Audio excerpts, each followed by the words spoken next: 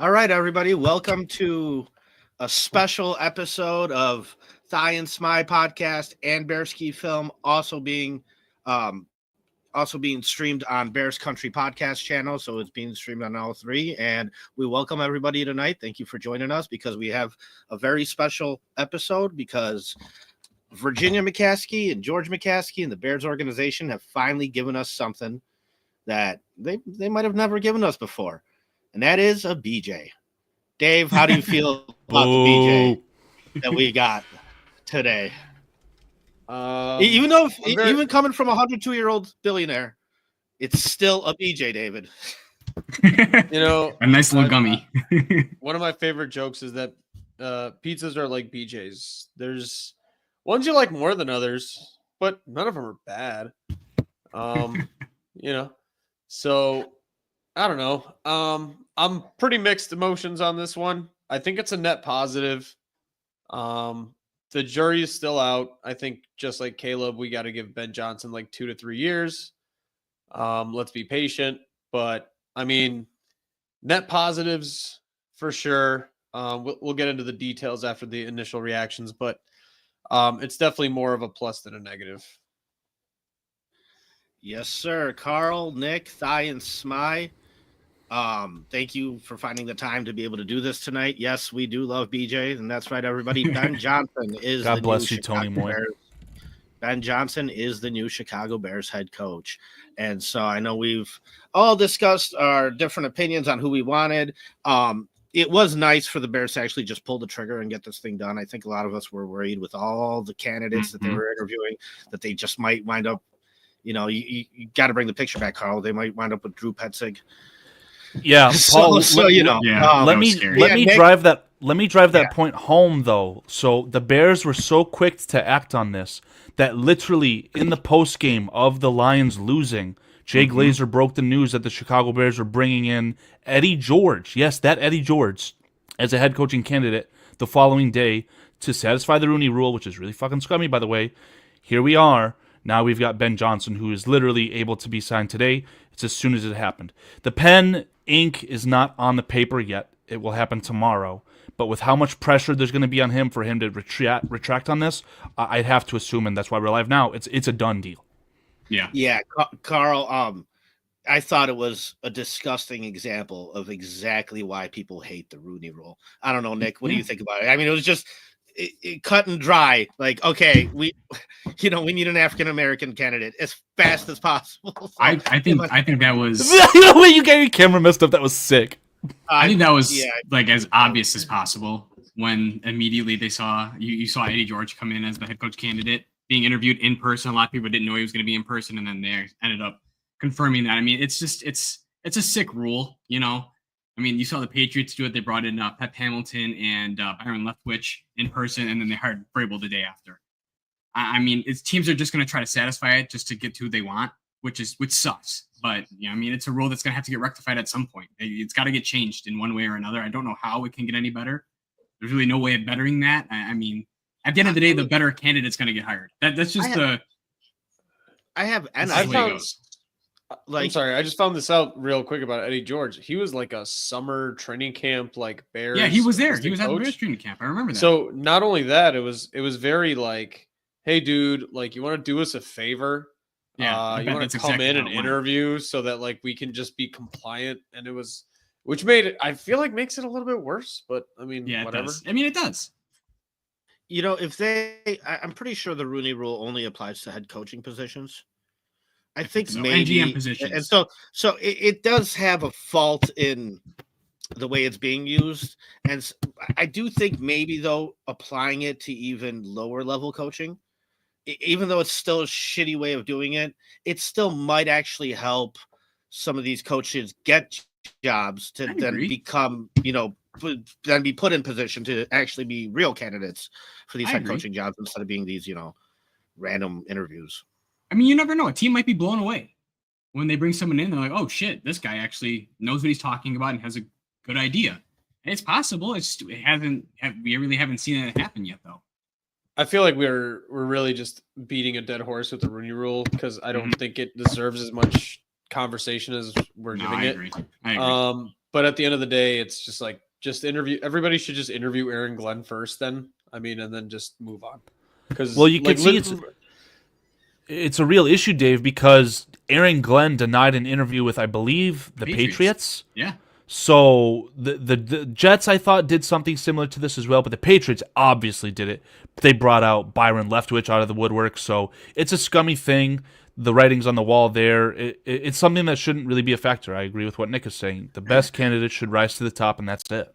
So how funny would it be if the African-American coaches got together and just boycotted interviews for 1 year? And just for 1 year, the NFL couldn't hire anybody, right? Like they would be doing something that NFL running backs have been thinking about doing for 5 years. I saw that when that came out, yeah. Well, let's get back on topic, though. Ben Johnson, guys. And then, Black Rain 7920 comments that Dennis Allen might be the defensive coordinator. I know David was, I think I'm okay with that. I know David I don't think you were too happy about it. But, I mean, the guy was a defensive coordinator for 6 years on the Saints. So right, he's got plenty of experience. The key here, too, along with Dennis Allen, the Bears might be bringing in Darren Rizzi as their special teams coordinator. Both of these guys have direct or indirect head coaching experience. I think Rizzi only was the interim this year. But I think it's a really good idea to surround a first-time head coach in Ben Johnson with as much talent at that coaching staff as possible. I mean, having a previous head coach helps. I mean, he wasn't great, but that experience is going to help him in the long run, and in one way or another. I mean, Dennis Allen, he's kind of like an Eberflus to me. Yeah, the Falcons are interviewing Eberflus. He's a great DC. He's not a good head coach. It's just the way the water boils sometimes, man. I mean, he's led a top 10 defense the past, 5 years? And the key, Nick, the Bears don't have to uproot their system. It's the They're going to be a 4-3. The players will be where they want.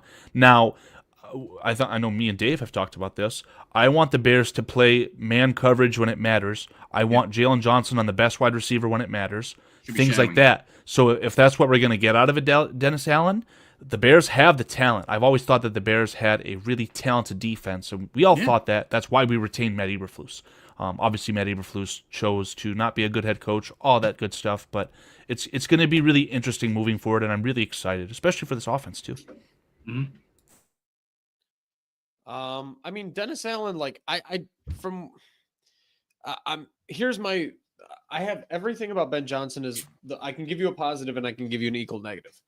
And with Dennis Allen, it's like you guys said, he's a upgraded version of Matt Nagy in the sense of he's a little bit more aggressive. He's been doing it a longer amount of time. He does run a similar scheme where Nagy or Eberflus? You mean Eberflus?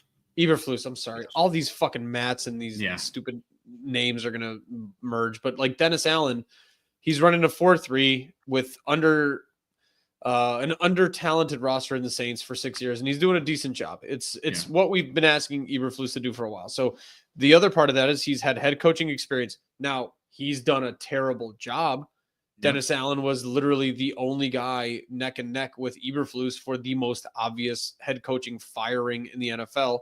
So the positive is that, yes, you're having a guy who gives you a little bit of like a Vic Fangio vibe, where it's like a guy who can take care of his side of the ball all on his own. He doesn't need your help or your influence too much. Obviously, there should be some input there.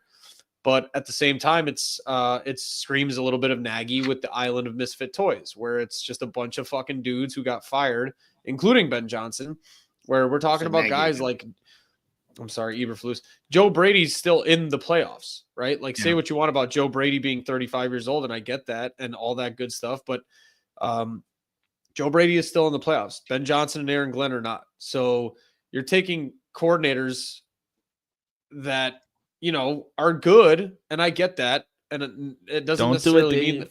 Don't do it. I'm just saying, like, it screams a little bit like, if you're talking about straight parallels, guys, like it screams Nagy. Like, it does it not? Like, everything so far. No. Matt Nagy did not rescue his head coach and the Detroit Lions when, for all intents and purposes, Dan Campbell was on his way to getting fired. 2 years into that cycle, he was on his way to getting fired. In comes Ben Johnson. Statistically, it's the best offense that the NFL has seen from that point moving forward, right? And he did that with Jared Goff. Yeah, Matt Nagy didn't call plays very often. When he did give up a pretty bad lead. No, by Matt not Nagy had running the literally ball. one turn. I get. I'm not gonna like draw direct parallels here. But with Dennis Allen, and can somebody remind me about the special teams coordinator? It's Darren Rizzi. Rizzi. Where's he from? Saints. He was the interim for the Yeah, Saints. he last was year. thrust into the head coaching role as interim when Dennis Allen was fired. Yeah. Gotcha. So, yet again, I mean, as Darren Rizzi being like, I don't know, man. Like, we're taking good coaches off of bad teams. Like, that might work out. And that has worked out. And here's the thing. Like, as much as I'm drawing a negative parallel to like a Matt Nagy type of influence, like Dan Quinn and Cliff Kingsbury were former head coaches that were absolutely fired in disgrace and then got a Just second about chance to say that. Yep. and just reinvigorated an entire franchise very quickly. Like I get it. It's an experience thing. But from everything I garner from like Washington, it's much more of a top down, it's Adam Peters and all the things that he's kind of promoting within that organization and like being intertwined, where this is, to me, it screams a little bit more of the same, where George and Kevin Warren, I mean, from the reports of like everything that's initial with Ben Johnson, it's like they're agreeing to take a step back, letting Ryan Poles and Ben Johnson kind of run the show. But there's no structural or organizational change. And that's where that's the difference between successful places that retool like this and places like the Bears. So I don't know. I mean, I'm cautiously optimistic. Like I said, I have a lot of positive to say for everything that I have that's negative. But I'm like, it's a net positive for sure. At the very worst, it's like 60-40. So I don't know. You guys can continue. So, we got the BJ, but it's just the start of the job, guys. We still got to see this thing through. It's going to be hard work.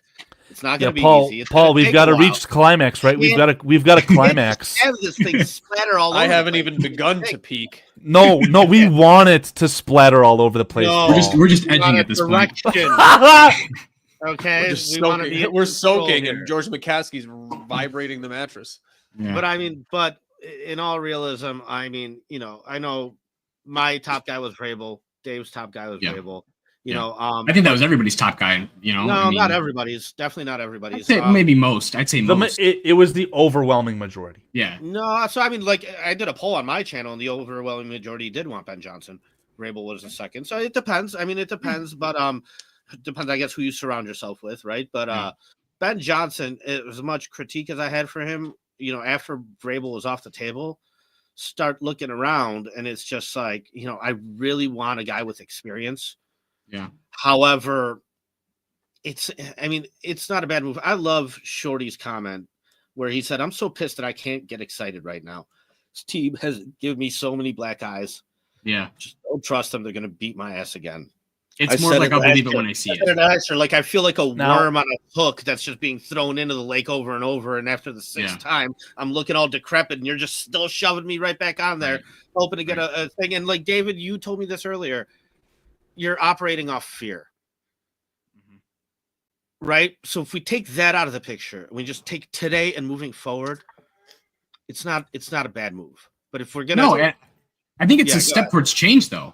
I mean, realistically, if we're going to sit down and take a look at it from, a different perspective, it's a step towards change. McCaskey pulled out his checkbook. I'm hearing that he's going to spend around 13 to 14 million on Johnson.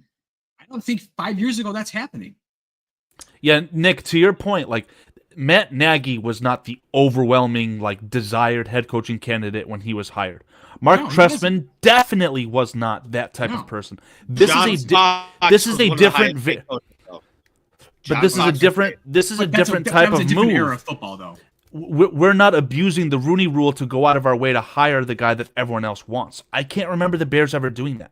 Right. It's fine. It's like they're finally playing football like everybody else is. They're finally stepping up to play modern football. And hey, I know a lot of people. Dave Wanstead. I think Dave Wanstead was the last time that a league wanted a guy that the Bears got. That was probably before I was born. No, it was probably as I was being born. Before I knew how to speak English. So yeah. There you go. I mean, I think it's different from Nagy, though, because I think he's going to pull people from the Lions staff. Nagy wasn't allowed to pull anybody from the Chiefs staff, so he kind of came over by himself and had to kind of get slim pickings of people from around the league.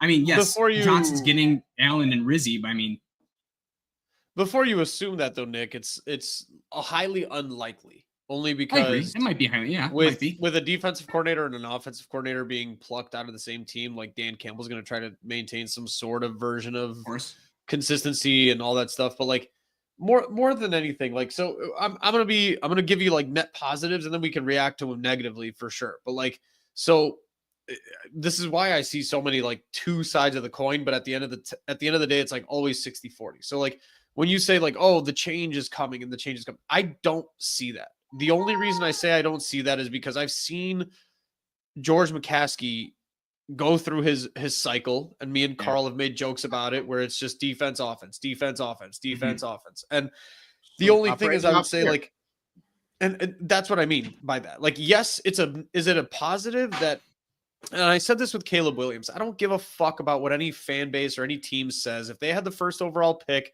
and they go like, oh, well, we thought Jaden Daniels was a better prospect and Drake May, shut the fuck up. Everybody would have taken Caleb Williams. And so sometimes, and as a Bears fan, this is what me and Paul said going into the draft.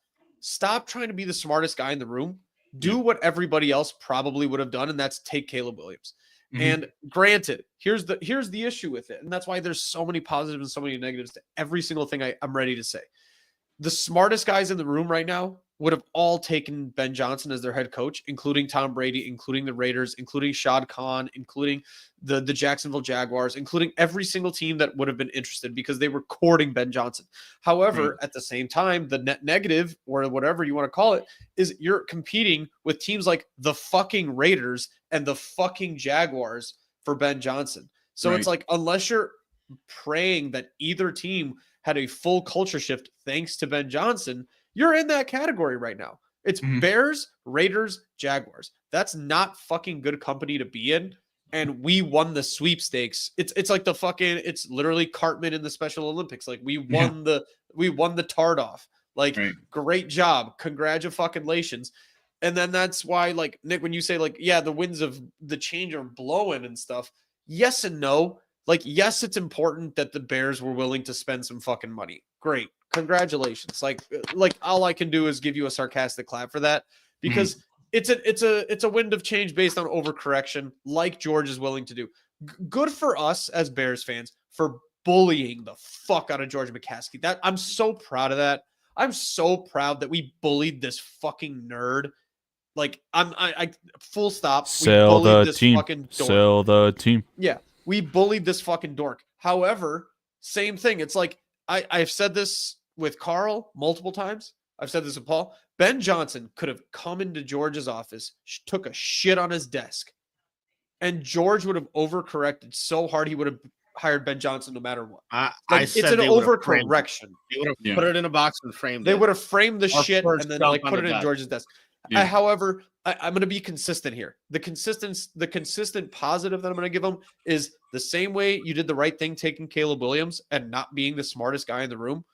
You did the right thing here and hiring Ben Johnson and not being like, well, we thought Liam Cohen was a better fucking prospect and Todd Monken would have been a better head coach. Like, you did the right thing. And that's my first of many, many points of why this is a net positive. But I've presented you guys with so many points where it's like, it's 60-40. Right. It's 60-40 positive. It's 40% negative. But there's so much that you could have really like said why this is good and why this is bad. But yeah. I just wanted to point out that I had so many Raiders fans attacking me saying, oh, the Raiders team is better. That's debatable, I guess. But what's not debatable is that Caleb Williams is not only the best quarterback that was available in these head coaching rounds, but is better than any quarterback that the Raiders could have hoped to acquire one way or another. Caleb Williams is the reason why we were able to attract the top head coaching talent, maybe outside of Vrabel, of course. But I don't know. It's something to be said, and it's really exciting. And I just... any negative that you have towards Ben Johnson as far as, oh, he couldn't get it done in the playoffs. Dave, you made a comment, oh, those guys are still in the playoffs. Well, Jared Goff sucks. The guy that I wanted from the jump was always Sean McVay. Obviously, unobtainable. But he kicked Jared Goff to the curb because he realized he couldn't win with him. You could tell me all you want that he went to a Super Bowl with him. That's because he had Todd Gurley and a fantastic play caller.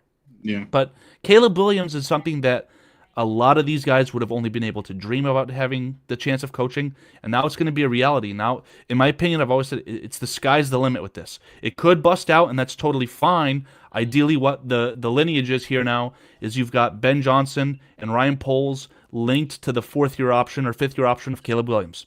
If those guys don't get it to work out in the next 3 years, get rid of all of them, sell the team, and then maybe we've got to hope that the Cardinals come to Chicago somehow, and we've got a new team to root for. But other than that, I think you have to be very optimistic about this move. I think if you're optimistic because the Bears did the right thing. Even if it flames out in 3-4 years, they did the right thing. They hired Ben Johnson. They took Caleb first overall. Every other team would have done that. Outside of the Chiefs, the Bills, and the Ravens, you're taking Caleb Williams first overall. If you had the choice, Burrow, you're getting rid of your quarterback. Herbert, debatable. Burrow, I'm just being an asshole. I'm just being an asshole. No, I'm just going off top 3 that I can think of off the top of my head. But I mean, realistically, you're taking Caleb and resetting the QB clock. You are. You're getting rid of whoever you had and you're resetting the QB clock because it's the right thing to do. He was the right player to pick. And the same thing with Ben Johnson. He's the right head coach. If any other place had an opening besides, a handful of teams, they're taking Ben Johnson. That's just the way the cookie crumbles at the end of the day sometimes. They did the right thing. If something goes wrong, then, I mean, they only have to blame themselves. I mean, we've seen they've fucked everything up before. It's obviously possible, but they did the right thing. Oh, yeah. It's very possible. It's actually likely. It's very likely. We haven't seen based anything off different. history, based off historical evidence, it's actually likely. And that's why, like, I know we got a comment saying, oh, this dude's a hater about David. No, it's not that he's a hater. It's just realistic. It's just realistic. It's just this is what they've shown us. Everyone lives in La La Land in the offseason with the Bears. Correct. Everyone thinks that they win the offseason. Let's pump the brakes a little bit and you know what I mean? And let's see this thing through. And Karl, the reason you get attacked by Raiders fans and fans in general, dude, I have a friend growing up, he got hit in the face with a skateboard, but he was a pacifist. He wouldn't fight you back. He'd just sit there and be like, whoa, why'd you snap on me? Because you fucking poking at me, man. that's you, Karl. You're stirring the pot there, man. I know why these people are coming after you. Don't act so innocent there, buddy. But bro. No, it started out genuine. It started out genuine, and I'm gonna throw it on the screen because this is the biggest piece of vindication that anything as far as the social media space that I'm involved in. This is the biggest piece of vindication I ever had. I have a short out right now. Me and Nick, 40,000 views on this short, released on December 31st, 2024. I suggested that Ben Johnson wanted to coach the Chicago Bears because he broke his neck deploying a fantastic, unique play against the lowly Bears. If they would have had that Stumble-Ruski play available to them last or whatever day the Redskins beat them, I'm sure they would have loved to have that. But they pissed that play away in Chicago, and Ben Johnson wanted to make sure that Bears ownership saw that play was possible. And I think that's why they were so aggressive in getting him, or at least partially. You can't run that play against Washington because you're down. Sure you could. Well, you're down. Sure you could. No, they ran that play when they were up 3 scores against us. And that's the right time. I'll have to check the score on that. That's but the moral of the story is now it's on film and you can plan against it. Well, right, and it was specifically towards us. But I believe David told me like some interesting details about that, where it was kind of like, David, didn't you say like he wanted to like not even pretend to fumble, but like actually fumble and then pick it up or something, or what was it? He put it on the ground in his. No. This is where this was my red flag with Ben Johnson was like Jared Goff came out after the fact, after that game in the conference and said, well, Ben opened up with that play and asked me, can you actually directionally fumble it? And Jared was like, of course I fucking can't directionally fumble a ball, you idiot. It's a fucking egg-shaped ball. And then he's like, okay, then can you pretend to fumble it? And then it's like, that's where it's like, it's literally the gold member thing from Austin Powers. It's like, quickly save me from myself.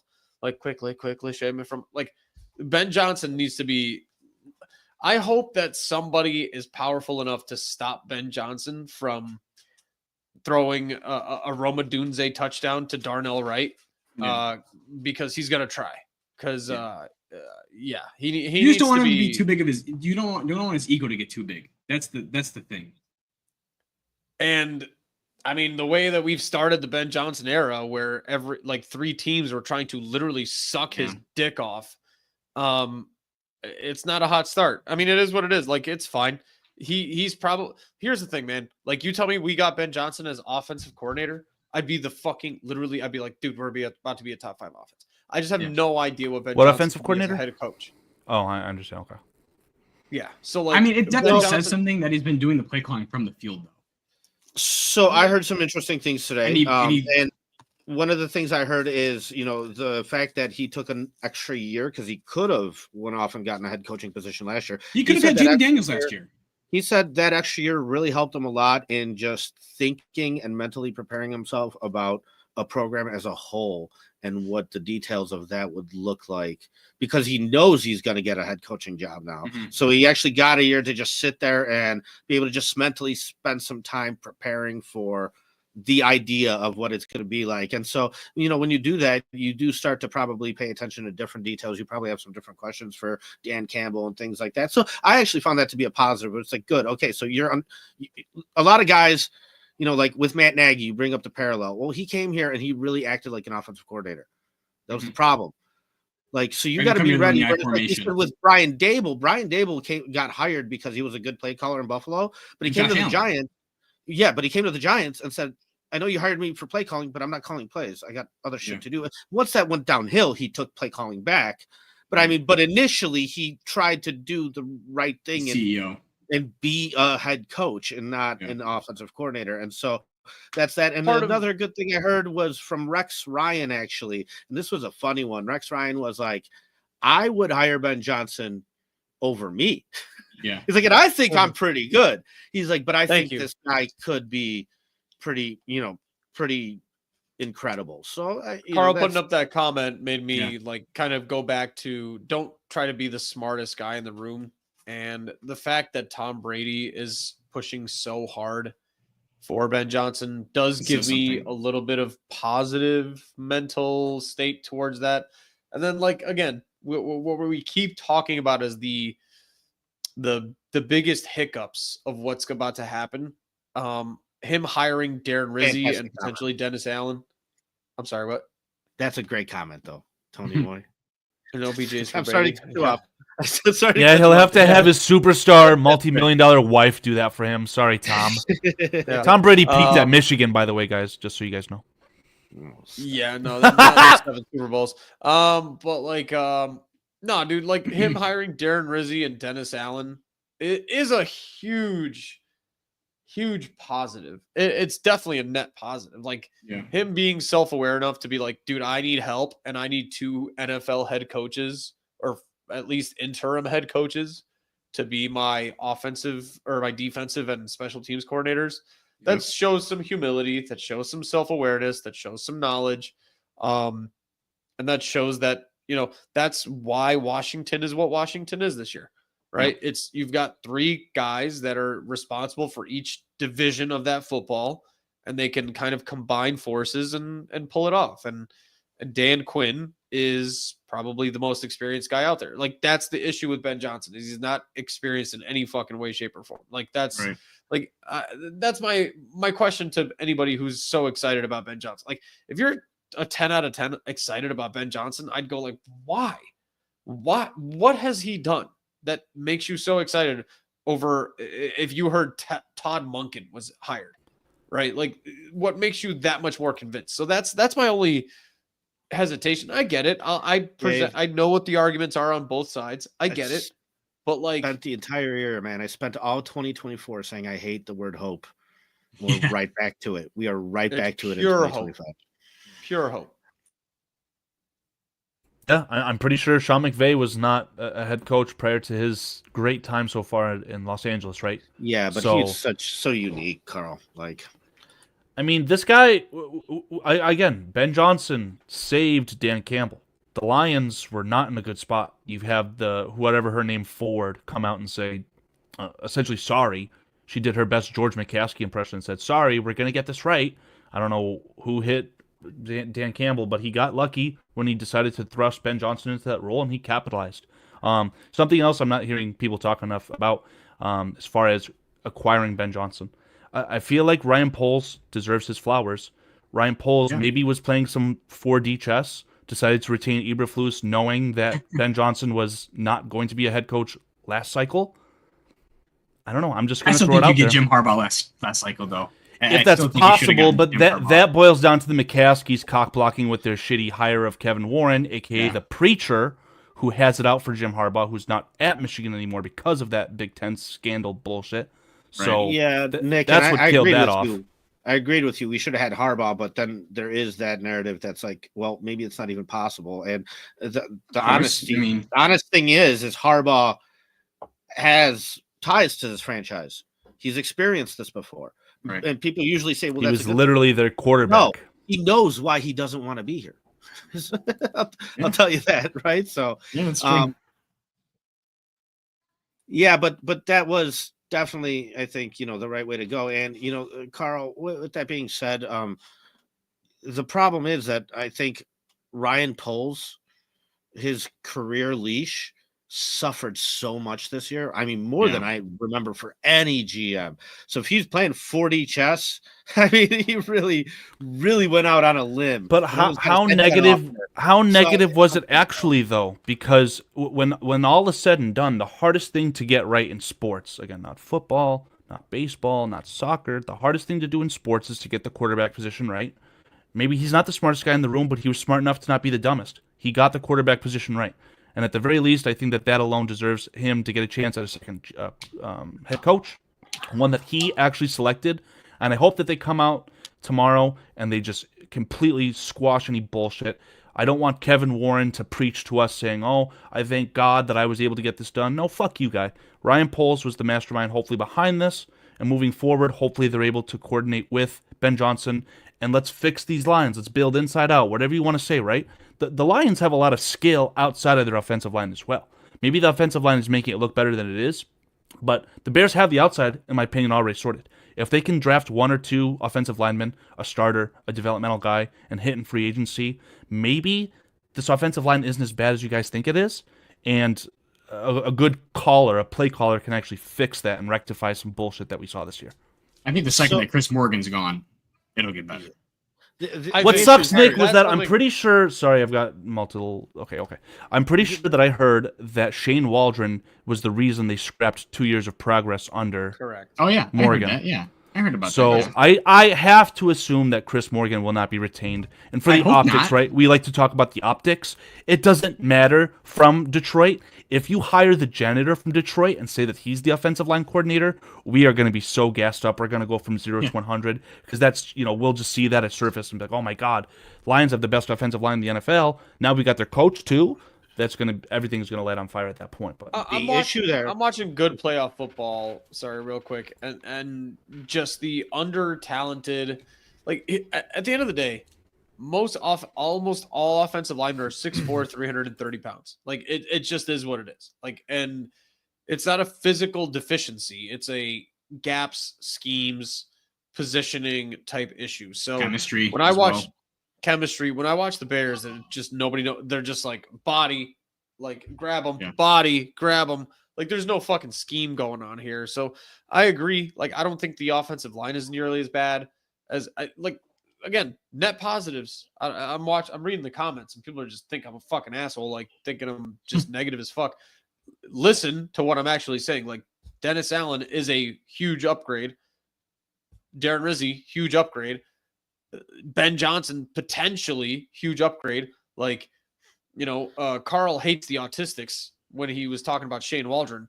Being autistic. He's got. I'm losing it. I'm losing it. Oh my God, I forgot what he has. Karl hates Asperger's. He has Asperger's, which means that he can't read the room essentially, right? So you have that picture of Caleb Williams dejected after whatever the fuck happened on the field. You've got Shane Waldron just sitting there smiling like it's gonna be okay, guy. No.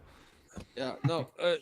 I mean, Ben Johnson's like got some tendencies, man. Like I watched some press conferences today. Ben Johnson, like God bless him. Hopefully he works out. Hopefully he's just this schematic genius that can do all this shit that we hope he can do.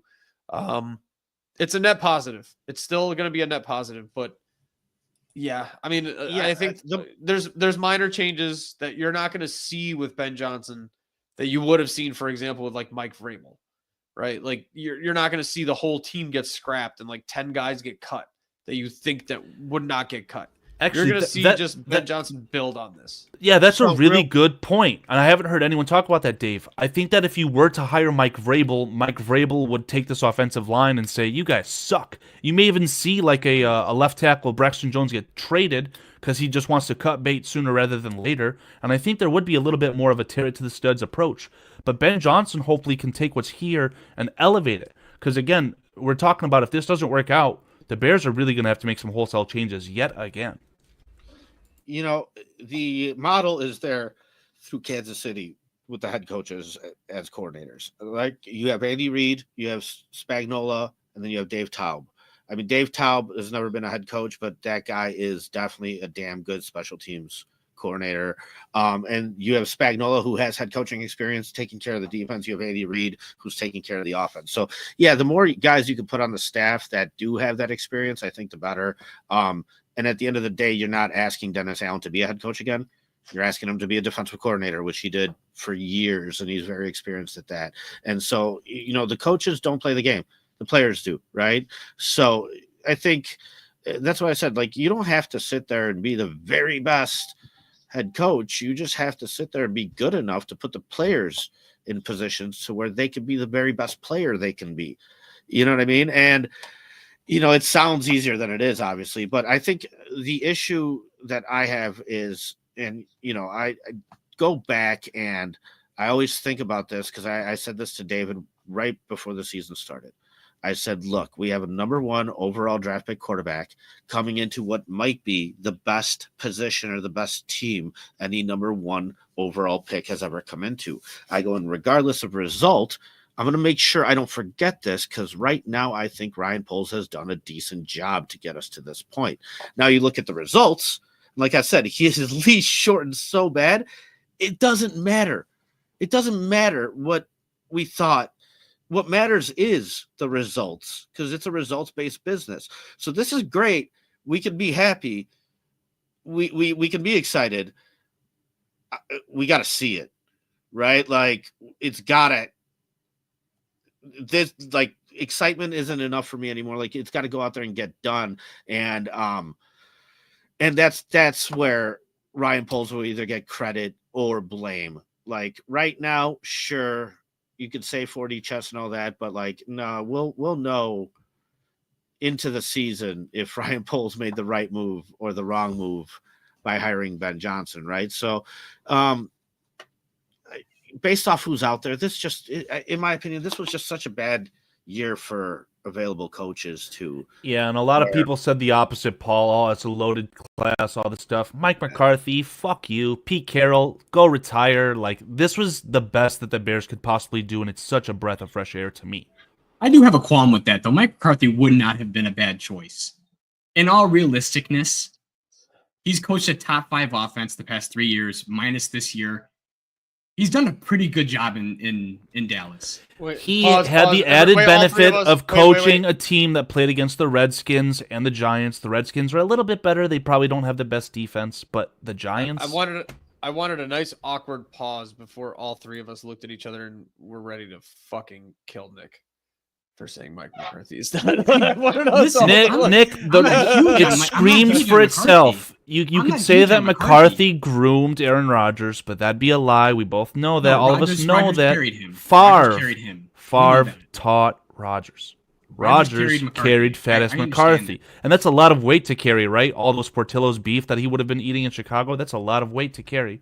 I understand that, but it does go to say something. He led a top 5 offense, led 12-5 seasons 3 years in a row. That's not to be discouraged. Shit on his resume for a 12-5 season. Who was the offensive coordinator for the Cowboys before Mike McCarthy? It was Kellen Moore, right? Kellen Moore was in the same spot. He was getting head coaching interviews. It just didn't work out. He's gonna no. Well, he is. He's going to be a perennial offensive coordinator. Kellen Moore will be a perennial offensive coordinator, just like Vic Fangio. Maybe someone rolls the dice and fucks up, gives him a chance, but he's going to be the Vic Fangio of offensive coordinators. Just to specify, and he's a damn Mike good McCarthy. one. If I'm going to specify in Mike McCarthy, just to get specific, I was listening to Dallas-related podcasts to educate myself on Mike McCarthy and what he's doing. We're talking about a 10 to 15-year-old West Coast style offense that is completely and utterly dependent and reliant on physical talent rather than schematic efficiency and stuff like that. So if things didn't go well with Mike McCarthy, it'd be because he's not using the talent properly. He is the most outdated offense in the NFL. It is a purely old school 80s, 90s, 2000s West Coast style offense that does not translate really, really well into the modern NFL. When it's rolling for 8 to 10 weeks for sure, but it's not going to innovate or kind of like reinvent the wheel in any way. There's definitely positives to that because of just like what we're talking about, but this is back to what I'm talking about in terms of the net positives versus the net negatives. Mike McCarthy would have been an absolute PR disaster.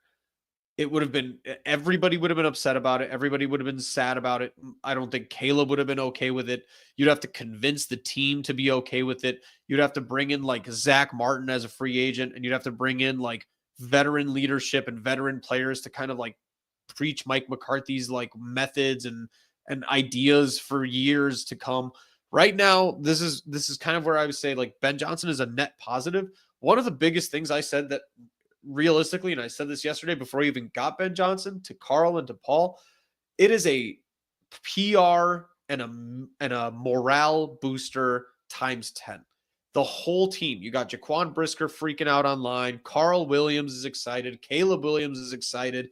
And say what you want about like the morale and all that bullshit, and I agree, but you've got instant buy-in. You have guys coming in day one of new training camp, ready to fucking go, listening to Ben Johnson. They're going to like, whether it's right or wrong, they are going to listen full stop, all ears in, ready to go. So Caleb's bought in. The younger players on the team are bought in. The fans and the media have a win. It's all a win. Mike McCarthy not only schematically would have been a deficit, right? Because he's just kind of like teaching old school things that probably these players have learned at this point. Like you're talking about 22 to 24-year-olds that have learned West Coast offenses in high school. Like this is not some fucking innovative revolutionary shit. West Coast offense is basic ass fucking like drag routes and layered like literally levels concepts where like guys are coming out of the slot. And I know fucking West Coast offense and I'm a dumbass. Like, so we're not talking about that shit. So I'm just glad we avoided the Mike McCarthy disaster and debacle. And yeah, Nick, fuck you. Speaking of Mike McCarthy, I did a show. Yeah. I did a show with just a general NFL show, and the two guys that host it, one of them is a Packers fan and one of them's a Dallas fan. I told them I don't want to join you guys, and the Mike McCarthy was my head coach thing, and they both were like, "Yeah, you don't." Like you don't want that guy because at the end of the day, sure, the experience, the resume is there. I hear you, Nick. Like he's not bottom of the barrel, but you know what you're getting with him, and it's going to be very average, which honestly, like who are we to even complain about that? In the last 12 years, we've had one winning season. So like even to get back to average would have been something. But then I think you're looking at like after 3 years, firing him and trying to get another guy in here to take a next step forward. It just wouldn't, there'd be no hope to getting it done.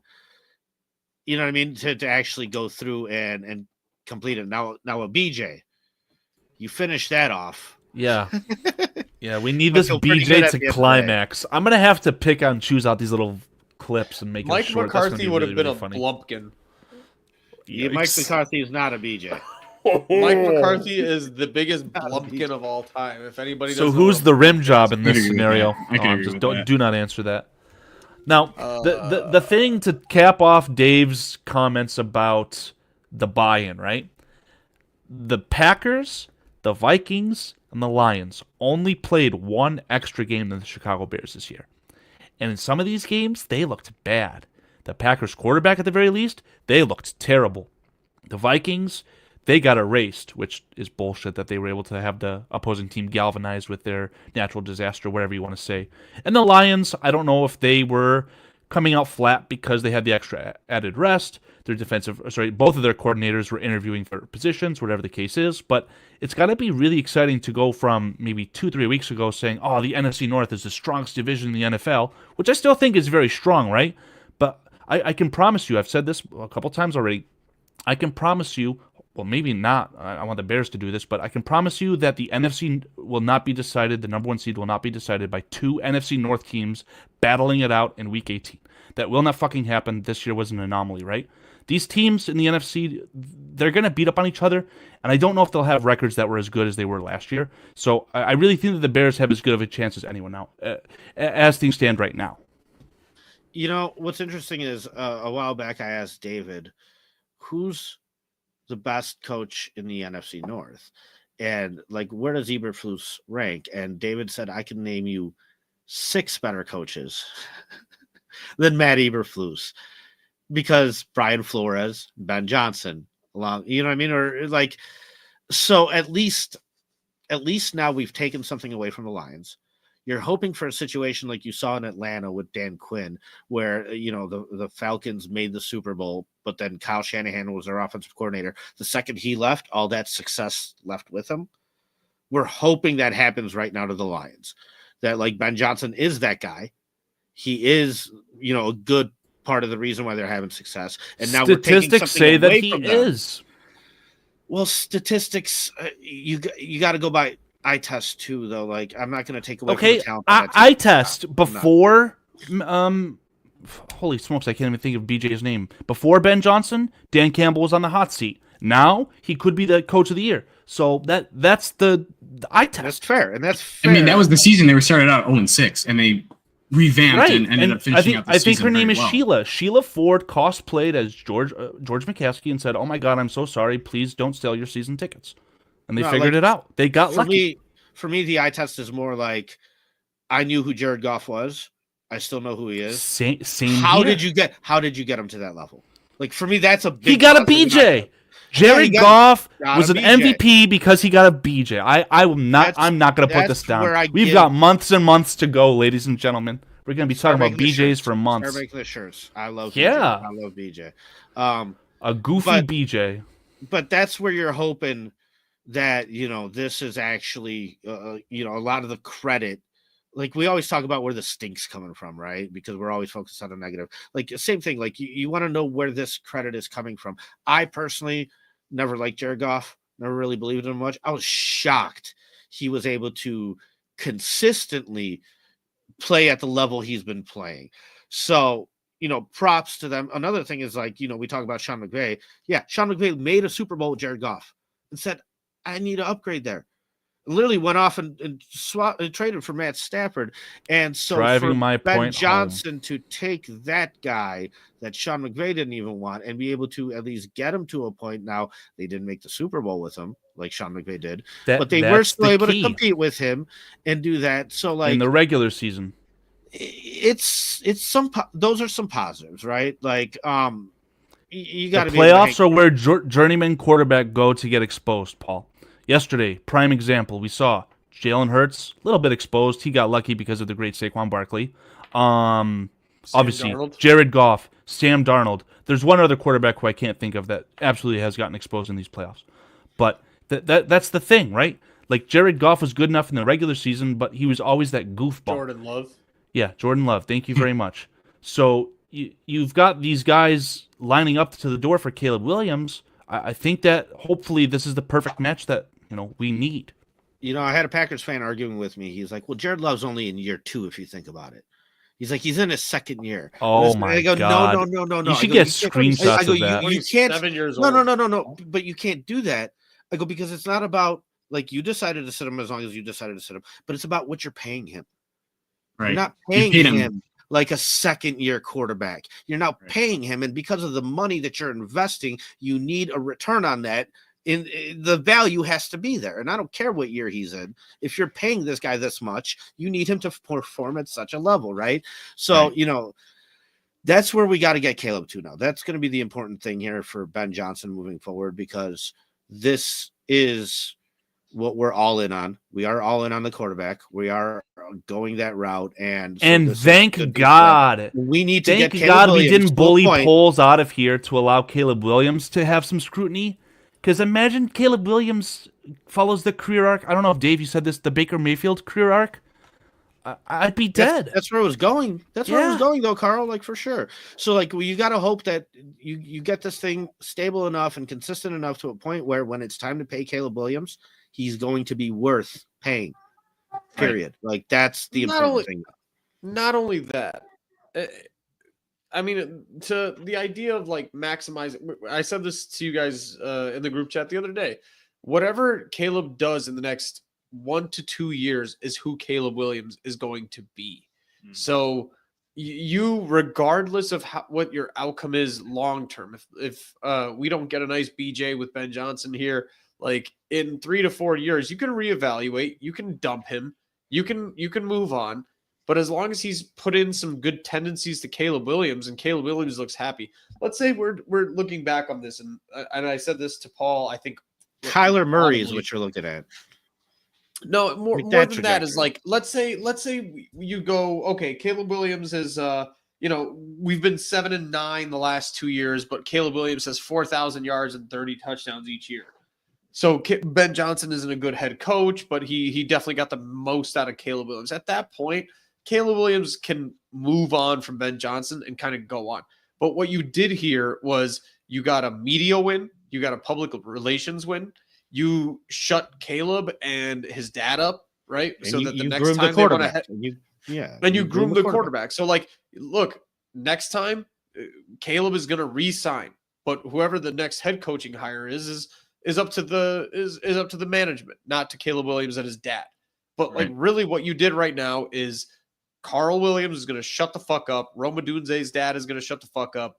Caleb is going to shut the fuck up. Like everybody got what they wanted, and for better or for worse, like that's part of the reason is it might be growth. It might be just a lesson learned, but you did the right thing. It's refreshing to see the Bears do the simplest, most correct thing. I wasn't shocked by it because I did see this overcorrection from George kind of coming, where he just knew he had to make a splash, purely just because, I mean, we're watching George implode like before our very eyes. He fired a coach for the first time ever. He's about to spend the most money ever. Ryan Poles him. But I'm shocked that Johnson almost wanted to come here. Like that's kind of what I'm surprised about. Why? I'm not. Why? Why would you be surprised by that? It's the best opportunity. Caleb Williams is the best quarterback that was available to Ben Johnson. That's full stop. Whether it's available now, being able to acquire someone else, the only crackpot scenario that I could have came up with was that the Dallas Cowboys would hire Deion Sanders, Deion's son, Shador, would John Elway his way into Dallas, and Dallas would have to trade away Dak Prescott. Dak Prescott is not a world beater, but that's the best possible scenario that maybe like on the Raiders or the Titans. Yeah, you don't think Ben Johnson could have had success on the Cowboys though? Well, no. Yeah, the Cowboys fucked themselves. I believe he could have. The Cowboys fucked themselves. They waited too long. They fired Fat McCarthy weeks after. The Bears finally did something correct and cut bait with a lame duck head coach, right? So, I don't know. As far as the Cowboys are concerned, I don't care about that.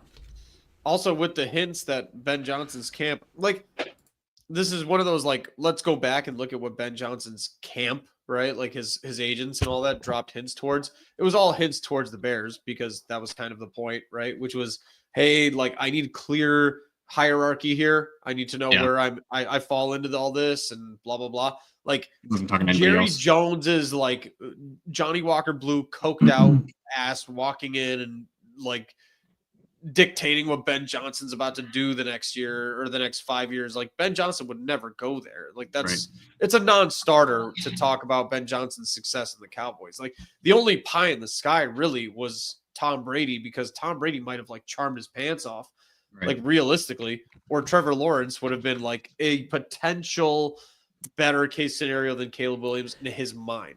And Tom Brady could be the best option at quarterback that Ben Johnson had, which is ironic. They'd have to pay him a lot of money to take him out of that Fox booth, and whatever else is going on as far as the money. The ownership would have done it though. Yeah. But the other part of that is like, and this is where I said this to you guys today. Like, I've adopted a lot of Karl's phrases, and Jared Goof is definitely one of them. If I feel like, honest to God, if it wasn't for Jared Goff doing what he did yesterday, Ben Johnson does not take this job as quickly. Right. Like, No, of course not. He literally could not. That's why the Bears were having all these stopgap interviews. Everyone's I so know mad he at them literally casting the couldn't wide because net. if they had won yesterday, then Yeah. yes, obviously he couldn't take a job.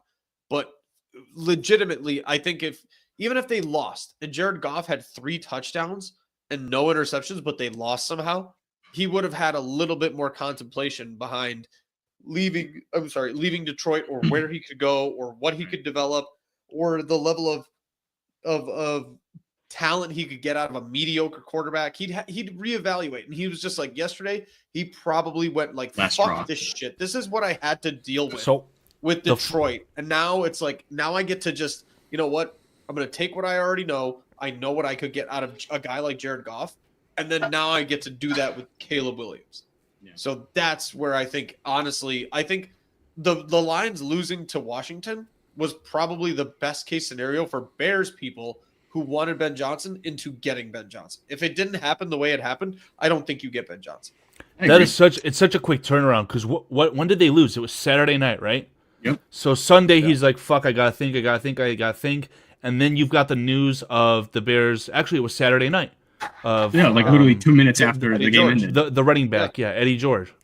So Literally I the I also think that we briefly, I forgot who I even did this with. I do too many shit. The Bears had released that piece of news regarding Tomlin, right? They had kicked the tires on Mike Tomlin, right? I think that was the Bears reciprocating for their BJ. They said, "Yeah, we're willing to do whatever it takes. We'll give you this amount of money if you're going to be available after this game. Just be the head coach of the Bears, man." Yeah, Dave said the same exact thing to me when I asked him about it. He said that is a message to Ben Johnson's camp, letting him know that we're willing to pay one of the highest paid coaches. So that's not going to be an issue. That's not going to be what stops you from coming here. The Tomlin thing was a pure smokescreen bullshit move. Like, they knew they were never going to even attempt to pay Tomlin. And but multiple it was a message teams. to Ben Johnson. Yeah. But it was a message to Ben Johnson saying, like, if we're willing to pay Mike Tomlin $17 a year, we'll pay you the $13. Cliff Victoria had a great comment. I'll throw that up on the screen. I just don't want this to get lost in the sauce. The scroll saying that Johnson saw Jaden and said, "I need me a young star quarterback." Ben Johnson declined the Redskins' job that would have been able to garner Jaden Daniels or Caleb Williams, however that would have shook out. And the report was that he wanted Sam Howell. Are you? It's not just a young quarterback. What it is David, I remember me and you had this discussion a bit ago where, it was when we had Fields and it was the idea of a running quarterback, and running quarterbacks don't work in this league. And I'm just like, yeah, but like Russell Wilson's a running quarterback in theory. He was very mobile and he was able to win Super Bowls and this and that. So just that pure runner at first, like, Lamar Jackson's even been developed into a great passer. But hold on. What David's response to me was, there's very few guys in this league that don't have a run game element to their quarterback play. And when it comes to the most recent ones, it's like, Matt Stafford was drafted a while ago. But then it's like Jared Goff and Joe Burrow maybe, and like Baker, I don't know. Baker Burrow's got wheels, but yeah. So that's what I mean. Like Jared Goff sits in the pocket. Yep.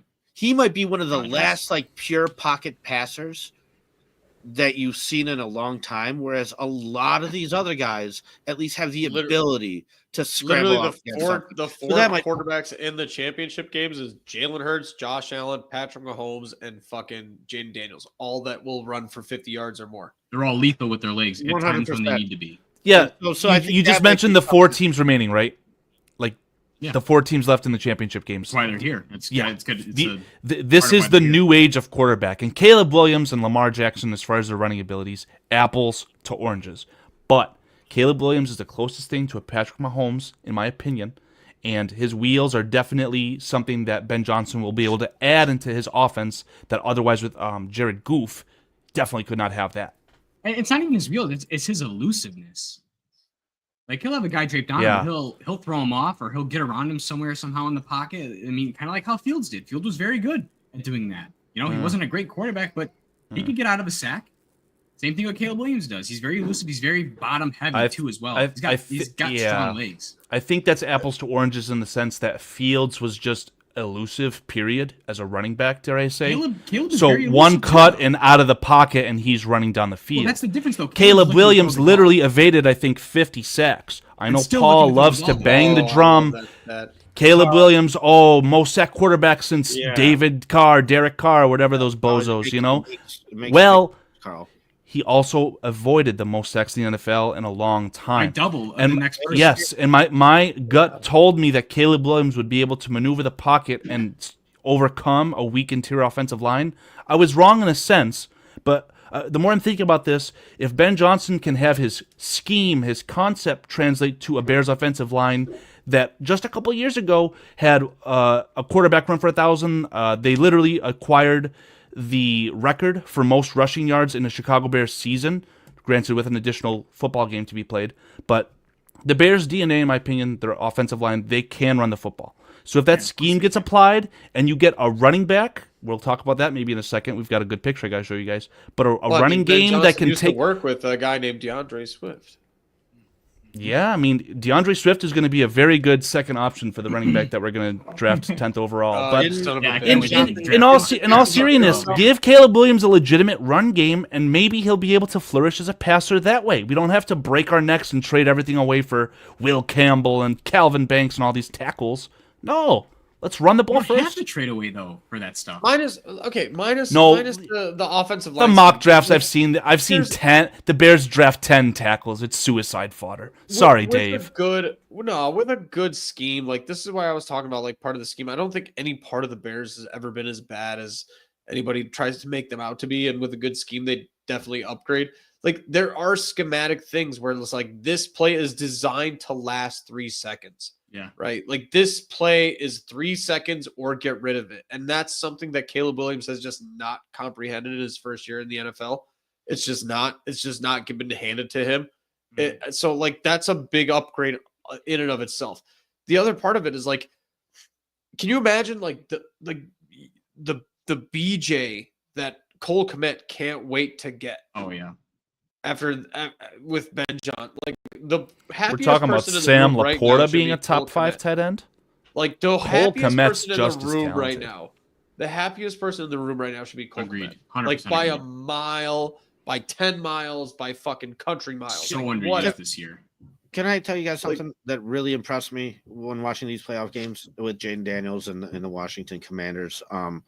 It was they were up against a 2-minute warning. I forget if it was in the half or in the fourth quarter. I want to say it was in the fourth quarter. Now the result of the play wound up being a sack, but regardless, they lined up with like 2:05 on the time clock, and even the announcers weren't sure if they're going to be able to snap it on time.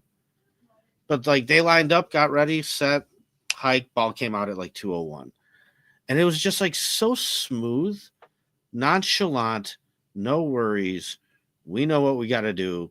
And like I said, the result was a sack, but just the approach to that play and position. And then I'm looking at the Bears, and we have, like a situation during the season where on 4th and 5, our special team starts running out, our offense is waving them back. They can't get a play call called in on time. They get half a play call called in. Now it's 15 seconds. The mics get cut off. Caleb is sitting there, looks at his armband, guesses what they called. Now you're at 12 seconds. You're lining up and this and that. And like what you're dealing with this season from Caleb Williams' point of view, it's actually remarkable that with all that going on, with the amount of times he did get sacked, it's remarkable that he stayed healthy all year. It's remarkable that he did as well as he did. It's remarkable that he still has a great mentality, and I'm confident that this didn't break him like it would most people. So, like, you listen, I don't like the sack numbers. The sacks avoided, I like that statistic, Karl, but I would like to know sacks avoided for every quarterback, so I could see what the average is, and like how much does that 50 sacks of. I'm pretty sure that Caleb's number of sacks avoided was double the next closest Lamar player. Jackson was the next person with 28. So that's what I mean. So you're dealing with chaos. And Lamar Jackson has a good offensive line. You're still getting your ass beat. You're not getting play calls in on time, and you're still somewhat producing here. So like, just fix. David, we talked about this. I actually wanted to do a show where I opened it up with all the problems we have on the Bears. Like, what can we fix for sure. You know what I mean? Here, Well, I you have can the fix chart Ben for right sure here. his Johnson timing. fixes some stuff for sure. Like he fixes. What you some can stuff. fix for sure is timing. Like even the example that you threw out there with like the special teams running out, like Darren Rizzi, head coaching experience, Dennis Allen, head coaching experience. I can guarantee you with Ben Johnson not knowing how to fucking like he could have 2 watches strapped to his wrist like a fucking moron. With Darren Rizzi and Dennis Allen on the sideline, like that shit does not happen. Like And that's it's why it's just a important to get room. those guys. It's a room full of intelligent people that is really like crucial and vital for Ben Johnson. And that's why like hearing Dennis Allen makes me squirm a little bit, but like I understand it. And Darren Rizzi and Dennis Allen, like you're not picking from, you're not picking from the Chiefs staff here by any means. You're picking from the Saints, who at the very end of the day, like the Saints are a fucking joke. There you go. But There's I don't the think chart right they're. there for you, Paul. Can you zoom in on that, Nick? Can you pinch and zoom? Who's that source, Nick? I found it on Twitter. Yeah. I can't zoom in anymore, Nick, unfortunately. I but I can read it off for you. Nick, I'm going to add you on There's a Twitter so you can popular just chart. send it to me. But like all in all, like that's just the things that are easily fixed, regardless of how good Ben Johnson is at his job. I think instantly your timing becomes better, your playbook becomes better. I got it, Nick. You got it? My biggest issue is like, will it become simplified for Caleb? Will Ben Johnson come in and try to fucking like we talk about like shoot his wad off with Caleb because now he has like Caleb instead of Jared Goff, so he's gonna like start going all crazy and he's gonna start what I said. This is all the way back to when J2K and I had our heated debate about Ben Johnson and his schematics. That was a great show, legendary show. I have no doubts about Great Ben content. Johnson's schematics. No doubts. I know that he would be, if we hired him as an offensive coordinator, I'd be excited as fuck. He'd be a top 3 offensive coordinator in the NFL instantly. My issue with it is, do we know if Ben Johnson can like rein himself in? And like his choices for staff are a good sign. Dennis Allen hopefully has the balls to like keep him in check. Hopefully Darren Rizzi has the balls to keep him in check a little bit. But like, I need Ben Johnson to prove that he can simplify his game and actually execute like some basic shit. Paul texted us yesterday. Derrick Henry at the 2-yard line is not is not innovative. But guess what? It scored a fucking touchdown. Like three runs up the middle of the fucking ball. 3 runs up the middle in a row. You don't have to be a genius. You got Derrick Henry. Exactly what you did this past season with Roshan Johnson. You gave him the ball and he's scoring it. It's just how it goes. Like Shane, we did backup center fullback sneak when we absolutely needed the 7 points. Oh, of course. And so that's what I mean. Like, I don't Caleb care Williams if you want to get creative with plays. The timing has to be right. I don't mind that they did a fake fumble play against us because they were not losing that game. What they did in the playoffs seemed so desperate and sad to have your wide receiver throwing the ball. Oh, make some thank trick you. play. Like that's what Paul, bothers me. It's like the timing of it. Like you can't. Because you know what it is?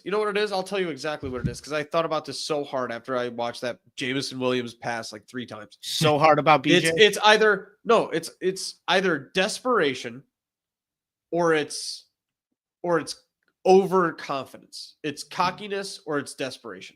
Either of which is kind of unacceptable as a head coach.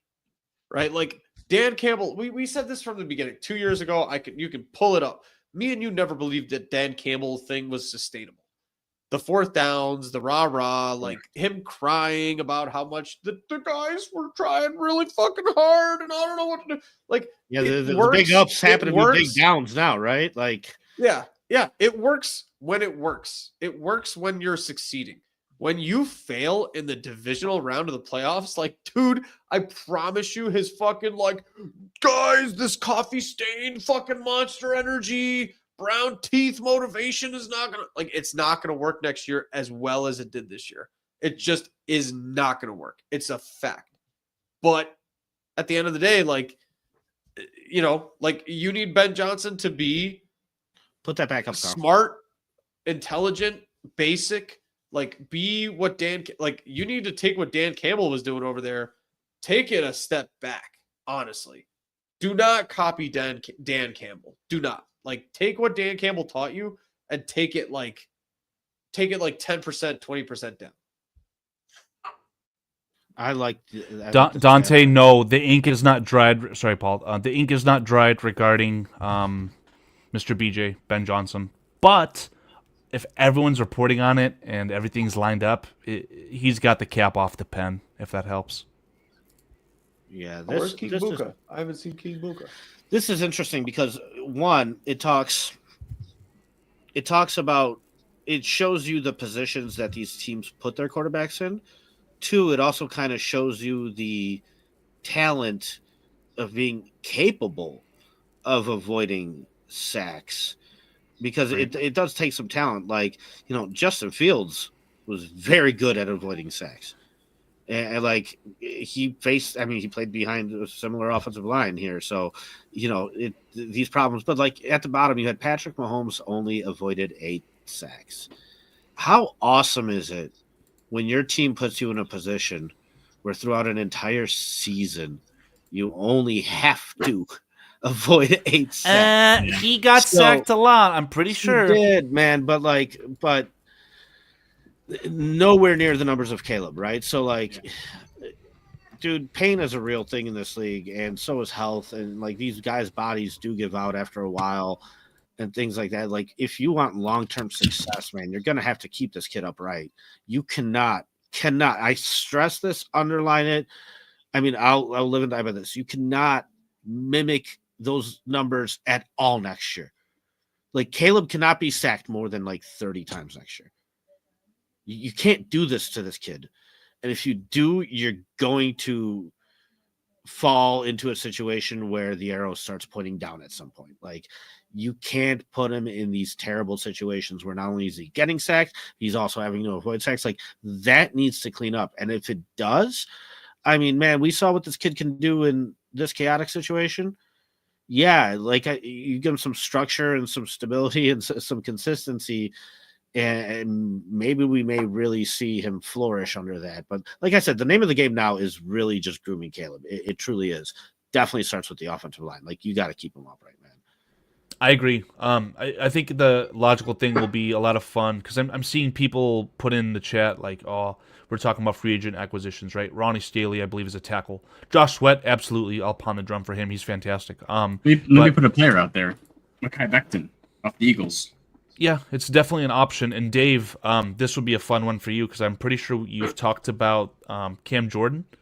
Cam Jordan might want to follow good old, not Darren Rizzi, but Dennis Allen. Chase Young, too. The Chicago Bears. Yeah. Fuck him. He's from Ohio State. I hate Ohio State. But we can draw the comparisons between the Bears personnel and the Lions personnel, see who fits in what. Just off the top of my head, I think that DJ Moore is a better Amon-Ra St. Brown. I don't know if you want to compare Roma Dunze to Jameson Williams, but it's going to be a lot of fun moving forward to see kind of what they need to figure out. Justin Nick Brown says, "Fuck the Bears." No, fuck you, Justin Brown. But sorry, I just had to get that out there. There's some good veteran offensive linemen on the free agent market this year. Zach but the problem is like, I guess the red flag potentially with Braxton Jones. He's in a contract year, which is a good thing, but his ankle might be a very bad thing. And if you can't start with him because he's injured, are you going to be comfortable starting with Karan?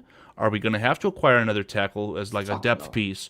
Are you going to draft? God forbid you draft a tackle at 10th overall and just piss away Braxton Jones' fantastic contract. Why are we leaving out that Braxton Jones can't play guard? You got enough value out of that, Carl. Why would Braxton Jones play guard? He's not like a mauler. I would love Braxton Jones as a backup here next year. Like as a backup, that'd be spoiled for riches, but you can't afford that. I think we are in all agreement. I'm probably in the minority. I think that Tevin Jenkins isn't deserving of his contract or a re-sign just because he had his chance this year as a contract year, and whether it was because of injury or, in my opinion, poor play, he's just not worth it. And I honestly, genuinely think that you're not going to be able to get a Tevin Jenkins at a hometown discount because that's just what the guard market is.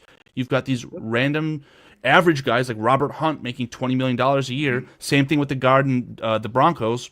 So someone's going to view Tevin Jenkins as okay, our offensive line is good, but we want it to be great. Let's just give this guy $18 million and see what he's got. So you have to replace two guards. You have to replace two guards and maybe a center. When he wanted to get re-signed, you told him, well, we're going to wait till the bye week.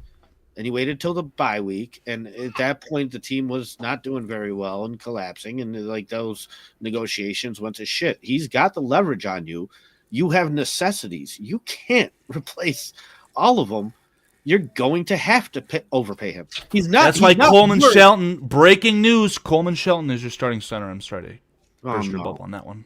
Ryan Bates. Well, the analytic guys, wink, wink, nudge, nudge. Adam Mason say, "Oh, you got to cut bait with him. He's too expensive. He's a high cap hit. You did trade for him." I always half jokingly told. That's one of the first comments I made to the Bearski Film channel was that Ryan Bates was the savior. I say that half jokingly, but he has a chance now. He has a chance. You meant it the first time you bitched. He's got a chance. He could be even more of a savior now. Oh, with some good coaching as well. The janitor that we're going to get as our new offensive line coordinator from the Lions. Oh, yeah. No, what you're going to Ryan need Bates. is you're going to need free agency, and you're going to need drafts. You have to draft one of your starting guards in the second round this year. You're going to need God forbid the first, but I think the first 2 or 3 picks should be linemen, whether they're offensive or defensive. Well, it's not going to be 2 out of 3 have to be linemen. Yeah, that was my famous point, right? So we're not going to have a first round pick lineman unless we trade back into the first round because sources close to the Lions My podcast, Bearski Film. God, if you put up a picture of Ashton Genty, I'm going to lose my mind. And our future wide receiver after he walks away from Minnesota because they can't afford him because they're paying J.J. McCarthy, Justin Jefferson. We'll get Jordan Addison on a free as well. Wow. Yeah, bro. Yeah, dude, you're smoking that. We draft a running back. I love that stuff. I rebuke all BJs for forever. Listen, I love Jahmyr Gibbs, but he was 100% a luxury pick at the time for the Lions. Right? Didn't we mock him as a second round pick? They could have dropped back and still got him. That's my issue. Arguably, they took him way too high. Well, yeah. I don't think irrelevant. He proved you wrong. No, irrelevant. He's a top 3 running back in the NFL. Bullshit. Doesn't matter. What did that get you? That in 2 quarters got you 50 fucking cents for. I blame Jared Goff. If you put Caleb Williams in Detroit, they're playing next week. Somebody Google when James Cook was drafted because I think it was the 3rd or 5th round. That was very late. I think it was the 4th, actually. Yeah, but we're failing to recognize how good the Bills' offensive line is. Carl, it's irrelevant. Dude, they went through this year being like one of the worst running lines going in, and then they ended the year being good. James Cook was irrelevant. Dallas had the best offensive line and drafted Ezekiel Elliott in 4th. James Cook was a second-round pick? Yes. That's crazy. Oh, boy, we're drafting Ashton Genty because Ashton Genty's twice as good. There's a lot of running backs in this class that aren't bad. I love getting you guys riled up. That aren't bad. We already have Jahmyr Gibbs, right? Are free agents that were a luxury pick because the teams were ready to go otherwise.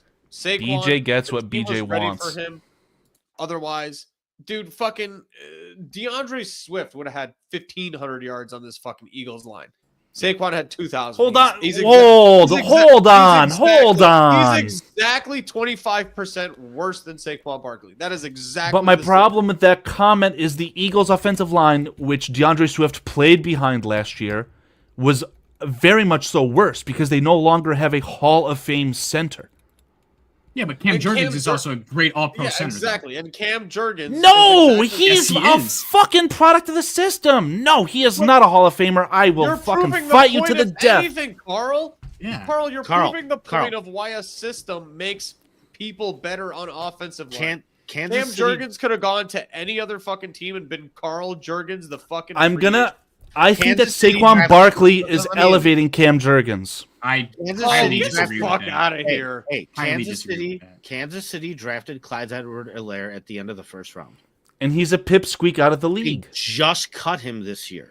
He was a bad pick. Pacheco, who they drafted in the 7th round. Pacheco is from Cuba and does cocaine. He runs as if he's off cocaine. Won with him. Kareem Hunt runs off of women beating, but he's still. I know he hit that hole as hard as he hits women. God bless Kareem Hunt. Fuck you. And Jalen Carter's a murderer. He murdered. He killed that game. He did not. You know, Jalen Wright was the correct Carl, pick. I wanted. I'm going gonna convince Ashton Genty to kill someone this offseason. So Karl, I've officially accomplished all of my goals today, gentlemen. Thank you very much. Thank you. Raiders fans, you stirred the pot with me. You got from all sides. Listen, I'll tell you right now what happened exactly with Jalen Carter. He was driving. He killed a man. He killed a man. He was driving a sports car at like 2-3 in the morning, going to the Waffle House. He had some women in nothing happens. Nothing good happens at Waffle House. Jeep Grand Cherokee or some shit. He turned a dude women in into the a front waffle. seat. Two women in the front seat. One guy in the back seat. They pull up at the light next to him and they try and race his sports car because they're not smart. And he guns it out in front of them. They try and gun it. They lose control, smash into a tree, and kill the guy in the back. And the girl died too. Yeah. So Jalen Carter is a murderer. That has nothing to do with Jalen Carter. Was he wrong for driving away from the scene? 100%. Okay, fine. He's a manslaughter. From the scene? Like, dude, just manslaughter? First card. Tisk tisk. You line up. Dude, I'm gonna be away from the scene. Right, but he definitely saw that. Paul, happen, let's have a one-on-one. You don't see it happen in your rear dude, view. I love it, but like, okay, so sure. So is that the worst thing he did? Was just freak out in the moment and like, listen, dude, Carl's pitching it like he's like OJ here, like he is. So wait, are we saying that it's like the glove does fit? What are we saying? Darnell Wright? No, I don't want to talk about that, Nick, because it's a vicious circle. If we would have drafted Jalen Carter, now we're investing too much in the defensive line and not attributing anything to the offensive line. Sure. So the issue with all that, the issue at the end of the day with all of that, is the reason why you pass on Jalen Carter. It's because your locker room's not good enough. How the fuck did we end up in Waffle House and like Jalen Carter? we're talking about Paul. There has never one disagreement I have to say to that is 7 or 8 other teams also passed on Jalen Carter. Yes. Very, very true, Nick. and But here he the is. Eagles had the best. 7 other people did too. The Eagles had the best environment for Jalen Carter because Jalen Carter has 5 teammates from his national championship team with him on the Eagles. A ton of veteran leadership. Yeah, let's talk about Brandon Graham, Cox, University of Michigan Brandon icon, Graham. Hall of Famer. He definitely got his ass in gear too. The Bears, maybe if they had Akeem Hicks. If the Bears had Akeem Hicks in his prime, It's a different story. then we can draft Jalen Carter. Point is, I don't care about any of that. I care about on-field production. That's what matters to me at the end of the day. Like, dude, Am I speaking to Paul or Aaron Hernandez right now? Like, dude, do you want a team full of Tim Tebow's? Go ahead. No, Timmy T, he throws keys at cars and commercials now. Such a He good sucks. guy, though, Carl. He was a terrible player. I always labeled him as a tight end. Where do you draw the line? So where do you draw the line is the question. My line is drawn very low. Like, I don't care. as long as you're not in legal trouble and in BCP, jail, where we talk about hiring convicts and having Packers players snap their legs. I care about football and football production. And if the reason why you passed up a guy who was talented and really, really would have made a difference here is because of like locker room leadership, and like that's stupid to me. That's Paul might just be the Pittsburgh Steelers wide receiver coach. He might just be. Antonio Brown was just fine. Fuck, we got all these Chad CTE Speaker, cases. Chad talking about how Tank Johnson scared him off. I want to say it was not Tank Johnson that scared him. It was Austin. It was Austin something who was a legitimate cartel drug kingpin. Sam Hurd? Sam Hurd, thank you. Sam Hurd. Yep. Sam Hurd, my father. Yeah, he was a legitimate cartel kingpin. Fuck this. I don't know how we got here. Ashton Genty is a waste of fucking picks unless he's drafted in the 20s. Absolute nonsense. Yes, you could get a fucking. No, we already have Jahmyr Gibbs. We have DeAndre Swift to a lesser extent, but we need David Montgomery back, okay? Ashton Genty is that guy. He's David Montgomery on steroids. You need Ashton Genty, though. Ashton. No, literally, you can Karl get them. texted us with offensive Ashton line Genty, is not Ashton 1=5. Tackled for a 4-yard loss. That's what you're gonna fucking hear all year if you don't draft a goddamn lineman in the first round. Like Ashton Genty tackled in the first round. Carl, we're drafting guards at 10th overall. Should, Quentin yeah, Nelson. probably. Look at Quentin Adrian Nelson. Peterson, no Super Bowl. That's apples to oranges. Quentin Nelson was a Hall of Famer in college. He was an NFL Hall of Famer in college. Carl. There's nothing like that in this Was draft. it Doug Martin? Who's the guy that got drafted also by Cleveland? Doug Martin. Fourth overall, Doug Martin. Dude, there's guys left and right. He's a Ezekiel very good running back. Darren McFadden. It doesn't matter. Marco Murray. McFadden was that classic Raiders speed kills bullshit. Teams that draft running backs in the first round historically have a very, very, very hard time of winning a Super Bowl with that guy in their team. Cedric Benson got you to a Super Bowl. Now I'm really playing devil's advocate. He didn't, but okay. Not Thomas Jones did. I'm just being a total asshole at this point. I apologize for my actions. No, you're fine. But like Ezekiel Elliott literally was drafted 4th overall and came onto a team with the best offensive line in the league, and it still couldn't get it done. Part of the reason is and also all that talent coached by Mike McCarthy wasn't good enough. No. After Paul 4 was thinking years, about, and you have to on the re-sign Browns, them. Yeah, Doug Martin. Trent no. Richardson. He's a complete bust out. Trent Richardson. Hold yes. on. Drafted Trent what? Richardson was the Cleveland Cavalier, was the Cleveland pick, and then argument against Cedric Benson. If he was so good, how come he's dead? Bro, that was my favorite story when Cedric Benson got arrested for speeding on a boat because he was cranking down ice houses. I got kicked out of God rest your soul, Cedric Benson. I fucking love you, man. I got it. Oh kicked my out of God. English class in high school. Bernard Berrien. Yeah. I'll bust out the Berrien jersey right now. You're See, I so won't. Smart, why is Oh, he man. dead? No, but okay. So how about this? CJ Spiller, no Sean Moreno. How about Mark Ingram? How about Giovanni Bernard? Hold on. Giovanni Bernard was Mark Ingram compiled the best 1-2 punch. Gurley win one? Nope. No, Todd Gurley took Leonard Jared Goff Fournette. to a Super Bowl. Leonard Fournette did on his second team. Oh, he was terrible. On his That was a second bad running team, back. He did, but I'm telling you, man, you go through the list of historically guys that are drafted in the first round. None of them, none, except for like Leonard Fournette, who did it on his second team. None of them on their starting teams really have a Super Bowl ring, dude. It's a bad move to make. And so far with the Lions, they drafted Jahmyr Gibbs in the first round. Haven't won yet. Like, if Ben Johnson can convince Ryan Poles to take Ashton Genty at 10, that's the first nail in the coffin for Ben Johnson. Yep, Swear to God. Yeah, the the Chiefs are doing it with a 7th round running back. Well, dude, these guys out there that you could either sign them, like if you wanted, what is this? I agree with Dion. I need my running back.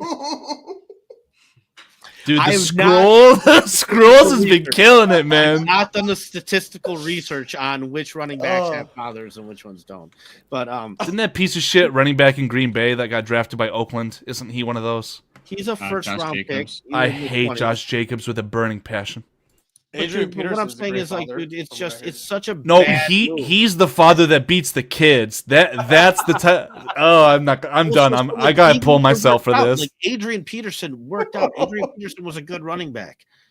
So even if the pick works out in theory, Hall of Famer, it still hasn't resulted in a Super Bowl victory for that team that drafted him. So it's a rough way to go historically, right? So like just because of that, I would avoid it. I would say, dude, there's still a dime a dozen. Now, the contracts have gotten better. Like, I know, Carl, you brought up that Saquon never wanted to come here, but it's like, no, if you really wanted Saquon, you could have just paid him. No, you could have overpaid like hell. Then we'd be criticizing that. Sure, but like, that's what I'm saying. So those guys that get drafted that high, very few times are going to be worth that contract after 4 years. Saquon, maybe worth it. Derrick Henry may be worth it, but like you looked at Saquon Barkley had generational tag in such a hole because they had to sign him. They had no other choice. Like it's not a good move, man. You don't want to do that. You can take Ashton Genty if you're the Bears in like 2 years when you're a top 10 offense. Or Agreed. 100% agreed. Exactly what the Lions did. Did you guys ever see my major scoopage that I had on the Bears head coaching search? Oh my God. Says that there's leaked footage of back channel conversations between George McCaskey and Ben Johnson that reveal that Ben Johnson was told by George McCaskey that Ben will have zero control over player personnel decisions if Ben was to choose Chicago. Here's the footage. We can't do that. Stupid. Oh, yeah, we can't do that. Yeah, we can't do that. Okay. Yeah, but anyway. Just regular myself. Anyway.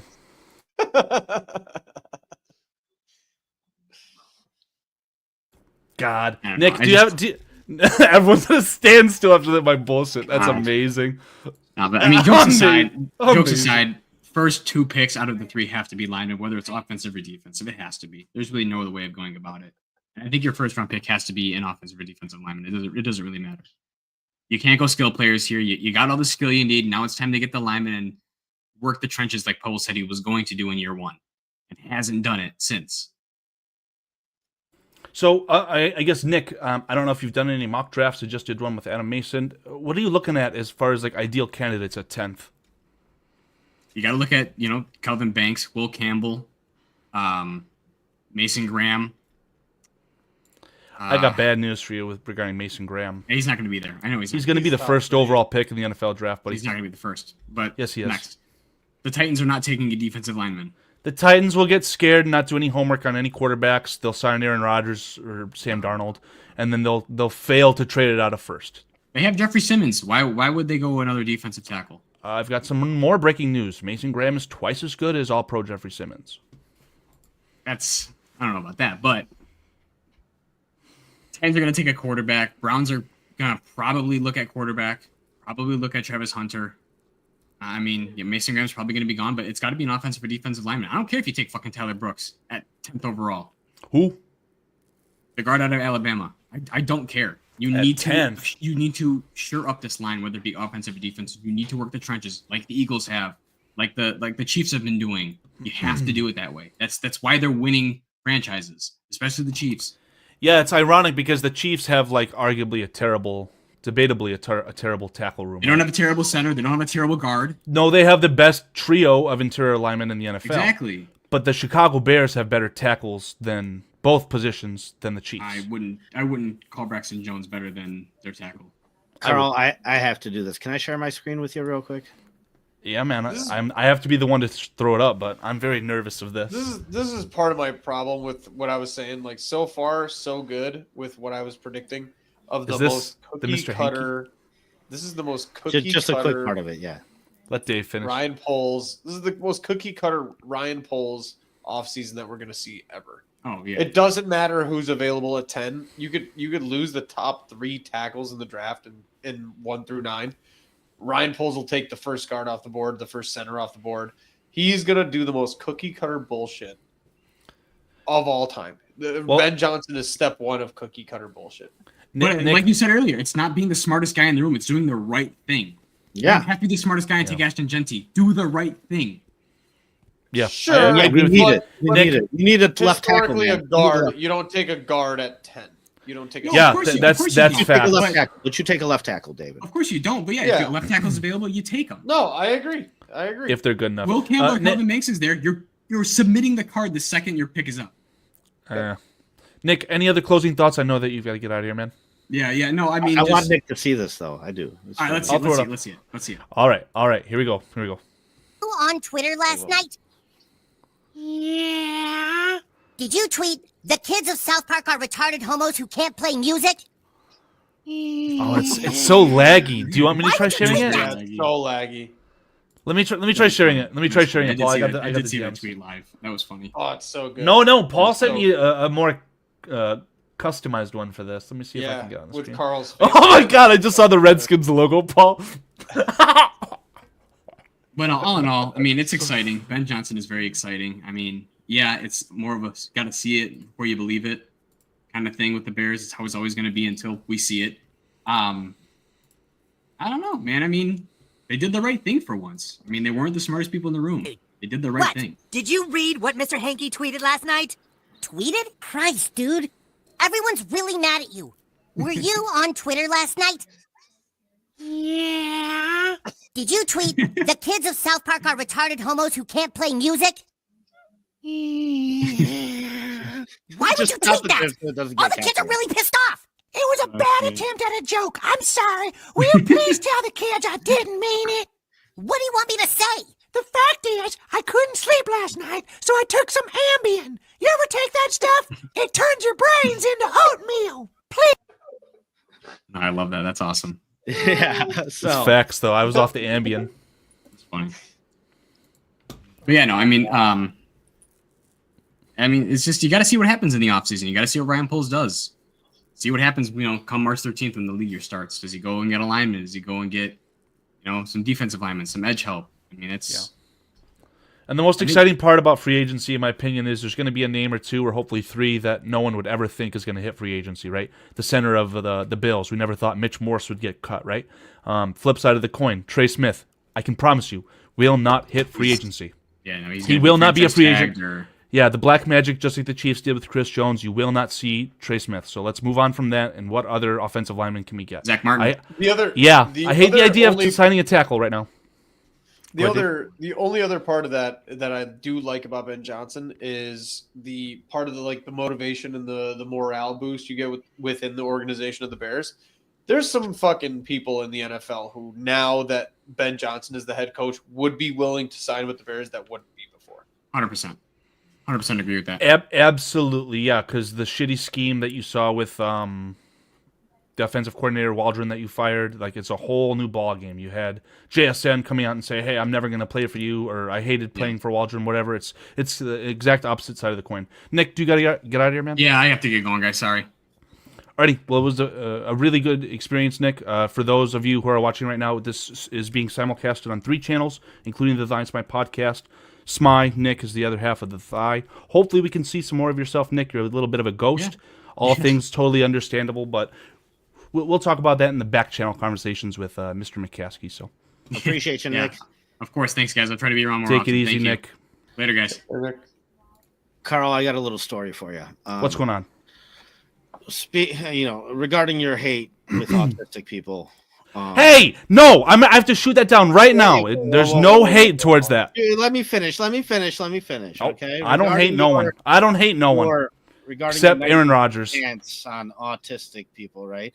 So my buddy told me once that he knew this guy at work, and the guy was single and whatever, and he was just like, yeah, I don't go out, I don't have many friends, and my buddy's like, dude, I'll be your wingman for the night. You know what I mean? I'll go out with you and try and help you pull a girl or something, and this and that. And my buddy's got a girlfriend too. She was like, whatever, it's fine. So he goes, I show up at this guy's house, and he's already 4 or 5 shots in, looking sloppy. And I'm just like, dude, that's not what you should be doing. You should be, coasting it out. So he goes, they get to the bar. He's already kind of, drunk and whatever, and they see these 2 girls. They sit down with them, start making small talk, and my buddy, who's a paramedic too, was like, so what do you do for a living? And the one girl's like, well, I take care of autistic children. And he goes, this guy that he's with goes, you take care of retards? And the girl's like, no, I take care of autistic children. He's like, yeah, retards. He said, dude, he watched both girls go, we got to go to the bathroom, get up, go make a hard left and exit the bar and just not come back. And he was just like, dude, there is no saving you, Carl. I hope that wasn't you. That's all I'm saying. No, absolutely not. And Paul, those comments are specific to yourself and the Bearsky Film channel that has no affiliation with the Thigh and Smy or the Bears Country Productions channel. So those comments are one of your own. Fuck it. Nail me to the cross. I'll take it. Whoa. Film all the way. No, guys. I mean, honestly,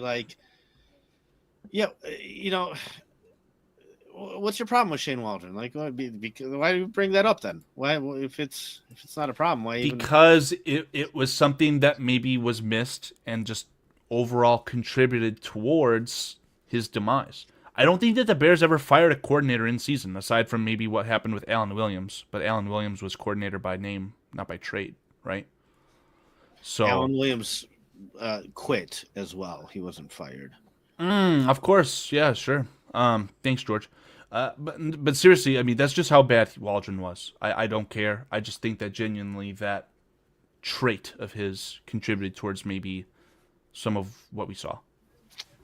Nothing against him as a person or anyone who has any issues like that. I mean, I could give a shit. I'm sure I have something undiagnosed as well. There is something, said to that, and it's nothing about anybody who's got Asperger's or anything like that or whatever. But when you are in that position as an offensive coordinator and you're teaching multiple people and whatever, personal relations are part of the deal. Like, you have to sit there and, accommodate to these guys' characters and attitudes, and that's just got to be part of the job. And it's hard to do when, I've met some people that have that. It's tough, man. It's really tough. I had no idea that Shane Waldron.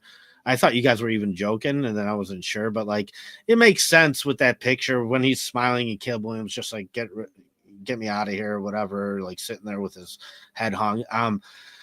But at the end of the day, I also brought this up, when we were talking about Thomas Brown and when Thomas Brown first. Well, hold on, but before you move off on that, no, I'm going back. Do you remember when real quick, because I told David, I go, well, you understand. Even at the end of the season, when you look at the stats, you understand Caleb's best games were with Shane Waldron. Yes. His best quarterback ratings were with Shane Waldron. Just saying. When Shane Waldron and had Caleb Williams had that exchange with the smile that I keep referring to, right? Like, there's leaked audio of that as well. Go to bed. Not about stats. I can sit there and point at stats. I love Darius. I thank God every day that Trump unbanned TikTok so I could watch Darius on TikTok. Thank God every day. You youngins are hooked to that TikTok. But my coworker was like, I can't believe it. Dave's on the edge. But no, at the end of the day, like, it's not about statistics. I could sit there and say, well, statistically, Caleb had his best games under Shane Waldron. It's totally about the eye test. Guys, we just saw it. We saw it fail and crumble consistently in front of us. And it was just no good from the beginning. I don't know, man. I really feel like these changes should have been made last year, and we should be a year ahead instead of a year behind. Now we are a year behind. The BJ, better be a really good BJ we're getting. Better not be a sloppy BJ or a crappy BJ or like a no effort BJ. No, but it needs to end in a splatter. We need to reach the climax with BJ. I better get a trophy at the end of this BJ. So no, for real. The task ahead is still big, is what I'm saying though, guys. Like, there's still a lot of work to be done, and now you're a year shorter of what you usually are when you draft a rookie. Like, you got to get it done next 2 years, period. I need to see Caleb Williams, and I need to definitively know that he is going to be the quarterback here through a second contract. That's huge to me. My leash on these coaches has become so much shorter than it used to be, and that's kind of my thing with Ben Johnson. Is like, I don't really care how long he signed for. 8 to 10 games. That's it. If he's not a fucking like Pro Bowler within 8 to 10 games. It doesn't have to be the first 8 to 10. I'm just saying that. Like, it could be the end of the season, 8 to 10. He could start off slow. He could start off shitty. But, like, if Ben Johnson doesn't have an 8 to 10 streak of Caleb Williams being a fucking Pro Bowler, I'm out. It doesn't take multiple years. It doesn't take shit anymore. It takes this year. If within this year there isn't, like, 8 to 10 games for half the season, it could be in the middle and whatever. That if he doesn't do it, I'm 100%. Out. Now, here's the thing, too, okay? We had poor coaching take away how many comeback victories from Caleb Williams? The Redskins, the Packers, the Vikings. Both Detroit games? Just one. Last year it was both. Dude, last year we had 4 games with a 95% chance or higher win rate in the end of the fourth quarter that were blown. We're talking about Broncos, but that's Lions. What I'm saying. Like, dude, even there's okay. So Caleb Williams talent. Literally has comeback victories against the Redskins and the Vikings. He took them back. Takes 1 year. This is why it only takes 1 year, Carl, because it's there. Like, we see it. It's there, and the reason it failed was clearly due to bad coaching. Like, clearly, right. So we want to see a lot from Caleb Williams, but we're talking about a rookie quarterback who accumulated for the most total yardage of a quarterback in Chicago Bears history. Passing yards plus his rushing yards equals the most total yards by a quarterback in Chicago Bears history single season. Cam Newton, that's a really good starting point for a quarterback who had to deal with an offensive line. I'm sorry, well, sure, but offensive coordinator firing and then head coach firing in the same year. So, again, it just goes to prove the point that Caleb Williams was the reason why Ben Johnson chose the Bears over other spots like Las Vegas and anywhere else, because Caleb Williams, at the end of the day, is the best talent that was available to Ben Johnson. And I think that if Ben Johnson would have found a way to be the head coach of the Bears last year, he still would have drafted Caleb Williams. But you got to stop comparing to the Bears history. Like, compare it to the NFL history, because we're in the NFL. Like, to just top what Right. we've You done in the haven't past, reached the bar 4,000 is yard not passer, high. not even a So 5,000 yard passer. Cam Newton's rookie year, 4,000 passing yards, I believe 600 or 700 rushing yards. You know what their record was, Carl? It was probably terrible. 6-10. But Cam Newton still took that team to a Super Bowl at the end of the day. Correct. He took a really bad head coach. Next year, because with they a had really some bad. So what I'm saying is we're kind of seeing the same thing. Like, you're seeing numbers put up in a bad situation. You know what I mean? But let's not act like these numbers are crazy good. They're not, but it's probably a crazy bad situation. Just the context matters. The average, the NFL average season is something that the Bears are not used to. Combine that with being a rookie in a dysfunctional season. That's why I just think that Caleb Williams has not done anything to prove to me that he's not worthy of being the quarterback of the Bears, or wasn't worthy of being the first overall pick. It's just such a shitty situation when you kind of compare it to what's going on with the Redskins, because Jaden Daniels is one win away from the Super Bowl. So when you compare it that way, you have that bottom feeder mentality of saying, oh, the Bears should have drafted Jaden Daniels. No. It's a whole different ballgame, in my opinion. It takes more than 1 year, though, man. It takes like a good 3 years to really have this idea and this. It does take 3 years. It does, because like Nick Foles had a year where he had 28 touchdowns, 3 interceptions. Nick Foles was a Super Bowl MVP. 3 years later, he's third string on the Bears, because that's where he belonged. So these guys will pan out over time, and they'll show you who they are over time. It does take time and consistency, though. And that's what I mean. The start of this for Caleb Williams, against all the obstacles he had to overcome to still be able to do what he did and survive through it, to me is extremely impressive. I'm glad that a guy like Ben Johnson also thinks that this is a good situation because of it, because it says a lot. Jaden Daniels is having success right now. It's great. Good for him. I don't wish anything against him. I'm still thinking in the long run, Caleb's going to wind up being the better choice. So, like I said, it's just not about this year. It takes more than just 1 year. And guys, at the end of the day, like, the NFC is not really that stacked. Like, you look at these teams that are left, even, the Rams were supposed to be rebuilding, and that they were able to make it pretty far in the playoffs. Like, Jalen Hurts isn't the greatest quarterback out there. Jaden Daniels isn't the greatest quarterback out there. Like, in the NFC, you have such a average pool of talent that you're still right, Karl. Like, you could still shoot up pretty quickly. We thought this division was very strong. It was very strong this year, sure, but we also saw that was very inflated and fake, because once they made the playoffs and it's do or die, like, all Minnesota lost, Lions lost, Packers lost. So that tells me that even though they were really good in the regular season, it's still not. There's still very little confidence there, where, like, I know the Bills are good. I know the Ravens are good. I know the Chiefs are damn good, and they're good year after year after year after year, and they're competing. And that's who you're going to have to face when you make a Super Bowl. So, like, you still have a pretty good shot here in Chicago, even being the fourth in the division, even coming, under where expectations were. There's still a bright spot in the future moving forward, I think. So let's just do this real broad, real raw. I love this comment from Richard Long, since we're using the innuendos today. Again, coming from Richard Long, he says, the question is whether the Bears can screw up a BJ or get a happy ending in spite of themselves. Lovely comment from you, Richard Long. But I've got the Chicago Bears opponents for the 2025 season. Let's start with the coordinator. Initials need to be HJ. I'm just saying.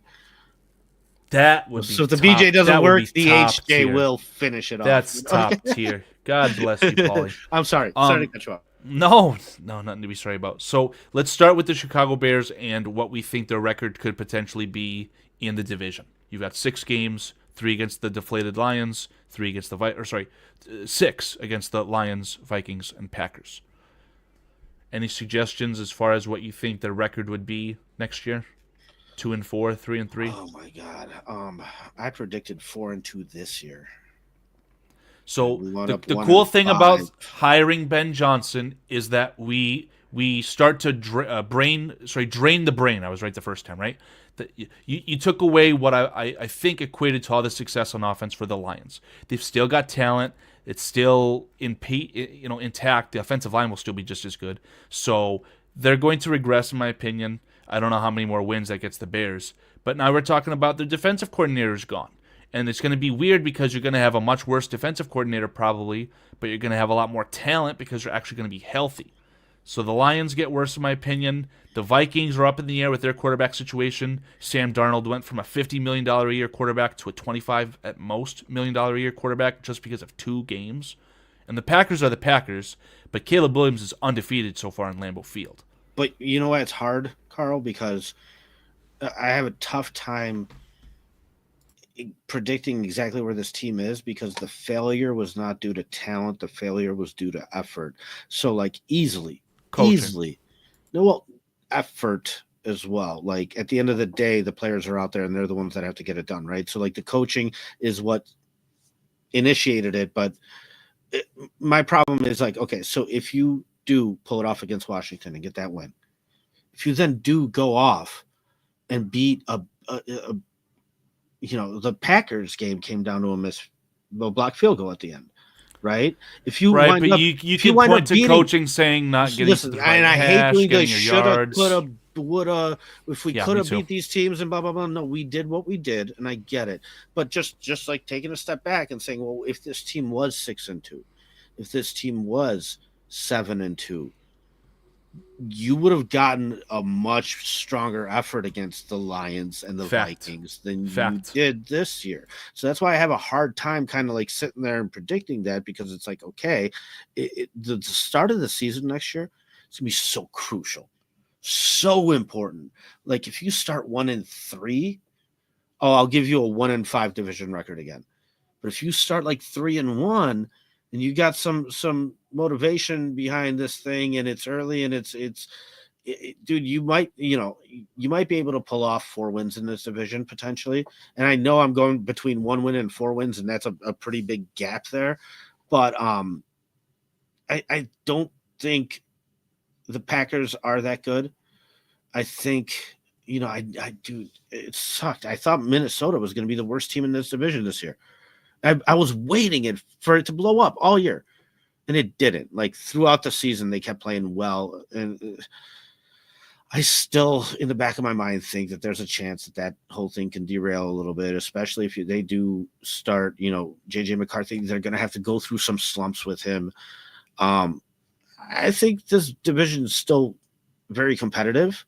And I think you could be right there with the other teams competing for it, and that's where I'll leave it at. I can't. It sounds like you're talking about a 3-3 split.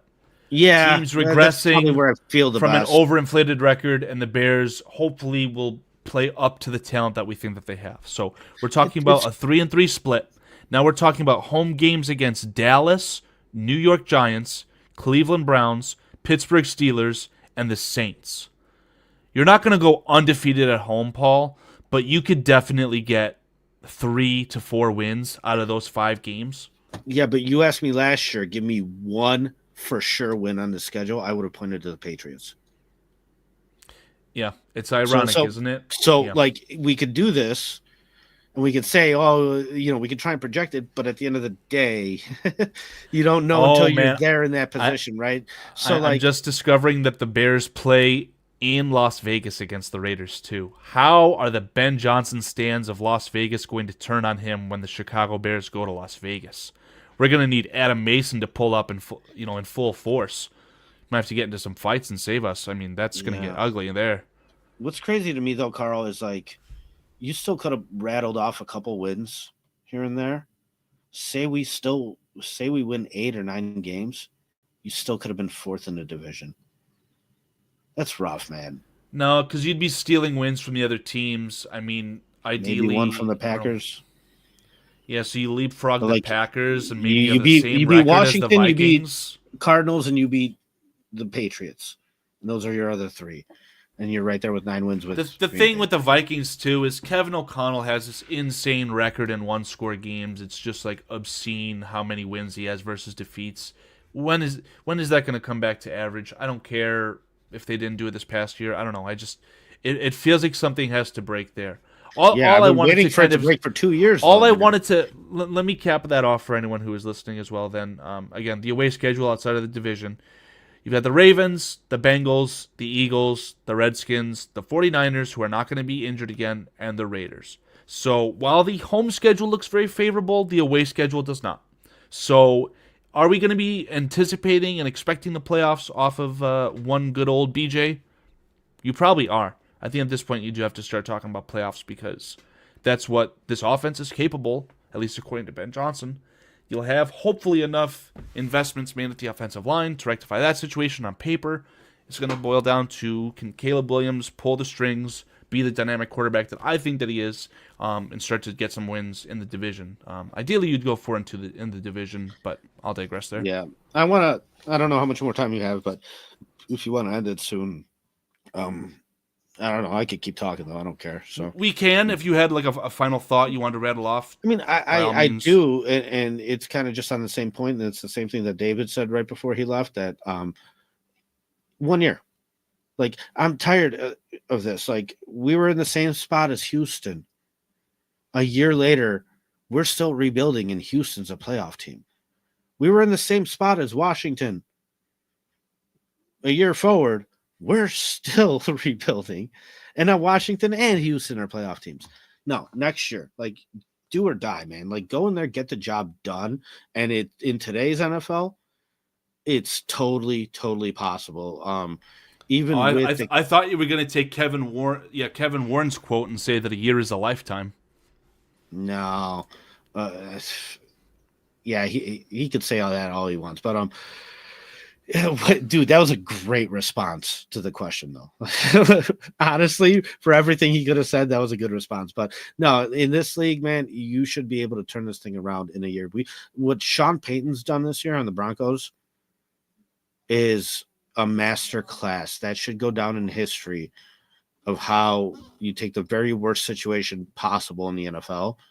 Like, dude, the Broncos were hands down by mostly everybody rated as the worst team this year, for sure.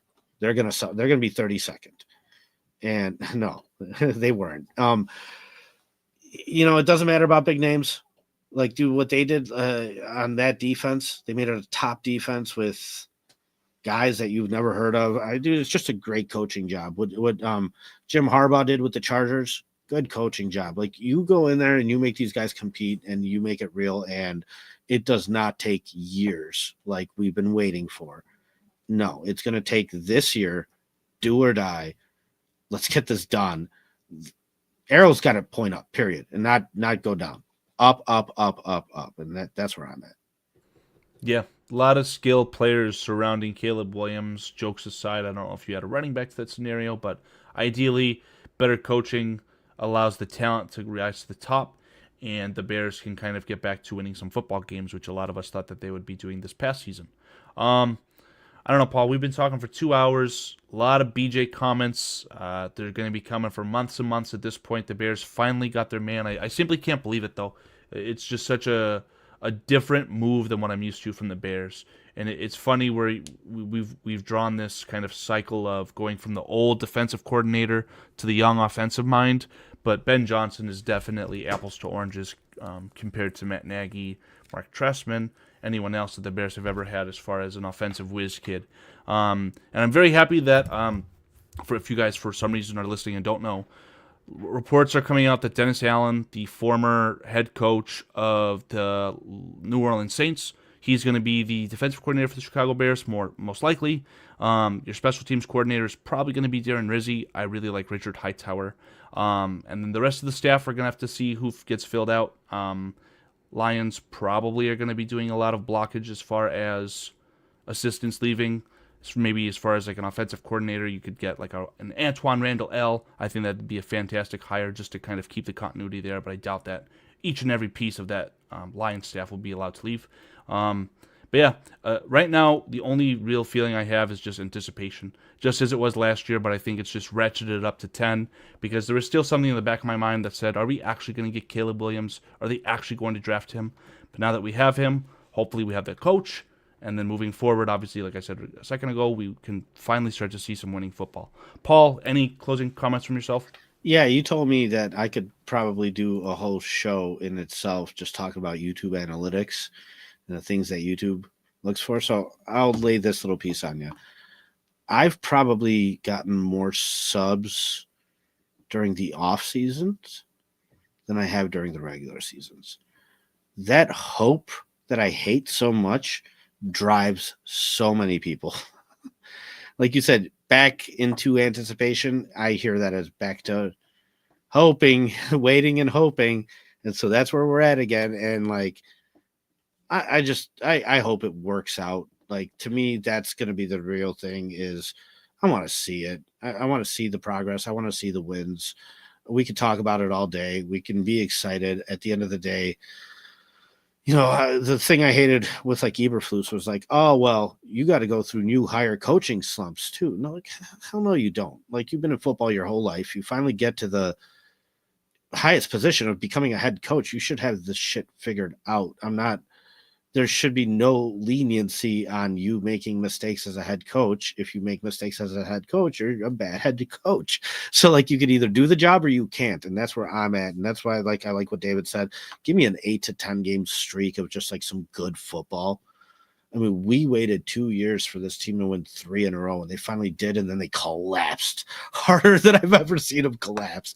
So it's just like, my goodness, man. I just want to see at least average play consistently, and then I want to see some good football. And like, if Ben Johnson can do that, good. That'll be a step forward. It's what we need. Definitely my preferred option was Mike Vrabel. Not possible. He got signed by the Patriots. I'm going to be looking at that situation and comparing it to ours, neck and neck for like the next 3 years. It's really similar. You had a highly drafted quarterback bring in a second, in their second year, you bring in a head coach. The only difference between the two, of course, is that Ben Johnson is a rookie head coach. Mike Vrabel is not. Yeah. So, I mean, hey, hope it works out. I hate that word hope, but I mean, that's back where we're at because it's an unknown. Let's full circle that hope moment. While it is the hope, and that's kind of what it is. Typically, BJ's workout. Yeah. I told my girlfriend this the other day. No BJ comments here. Football is a 365-day sport. So when there's no football to be watched, we want to watch something about football. So that's why the off season is so key for us content creators. If you guys are watching right now, again, I've said it a couple times. We are currently simulcasting, I think, to 3 channels. The Bearski Film channel, the Thine My podcast, and the Bears Country Productions. If you are subscribed to any of those channels, we really appreciate it. And if you are not, please feel free to subscribe to any of those channels. Great content, always around on all 3 channels. And the off season, I know Bearski Film, I don't know what's going on if you guys are continuing your weekly show, but I know that on Tuesdays we're doing the NFL general show.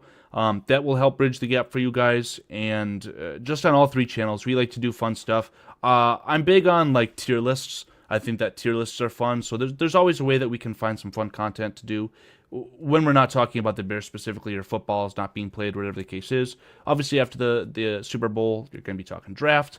I'm not too big into the draft stuff, but as it becomes closer towards the draft season, I really like having all the information and being able to make opinions and things on that now. So there's always going to be something fun to talk about in the offseason, in my opinion, is all I wanted to go on with that.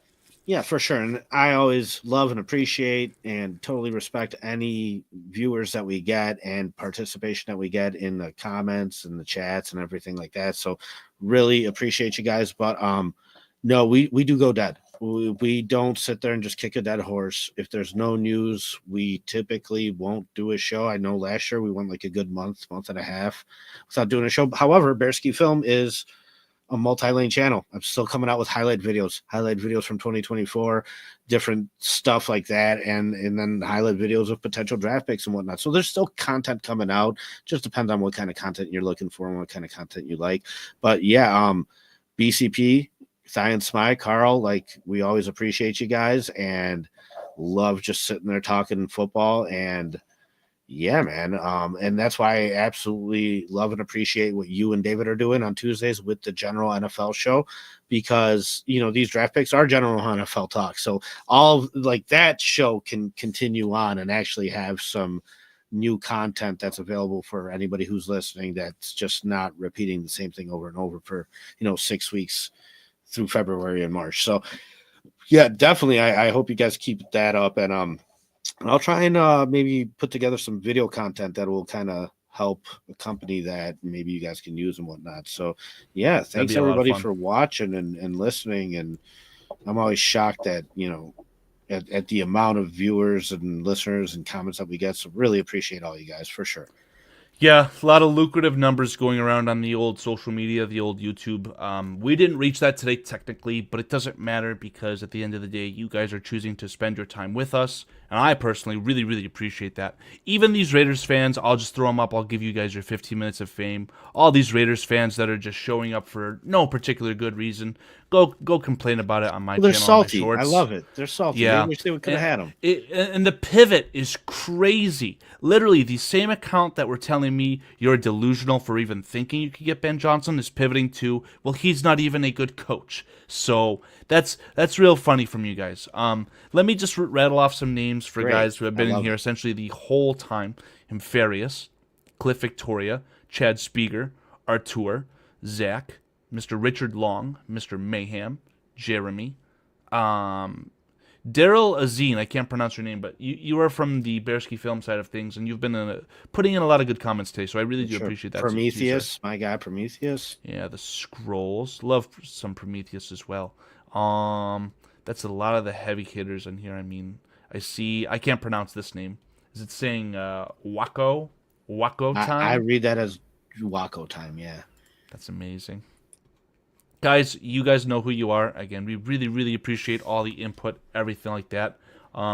If there's ever some sort of suggestion or anything that you have for either of our channels that you'd like to see as far as content, definitely let us know. We'd be much obliged to try and figure out something fun. But it's always a good time just talking Bears or NFL, in my opinion. So thank you guys so very much for watching. And until next time, guys, bear down. Enjoy the BJ.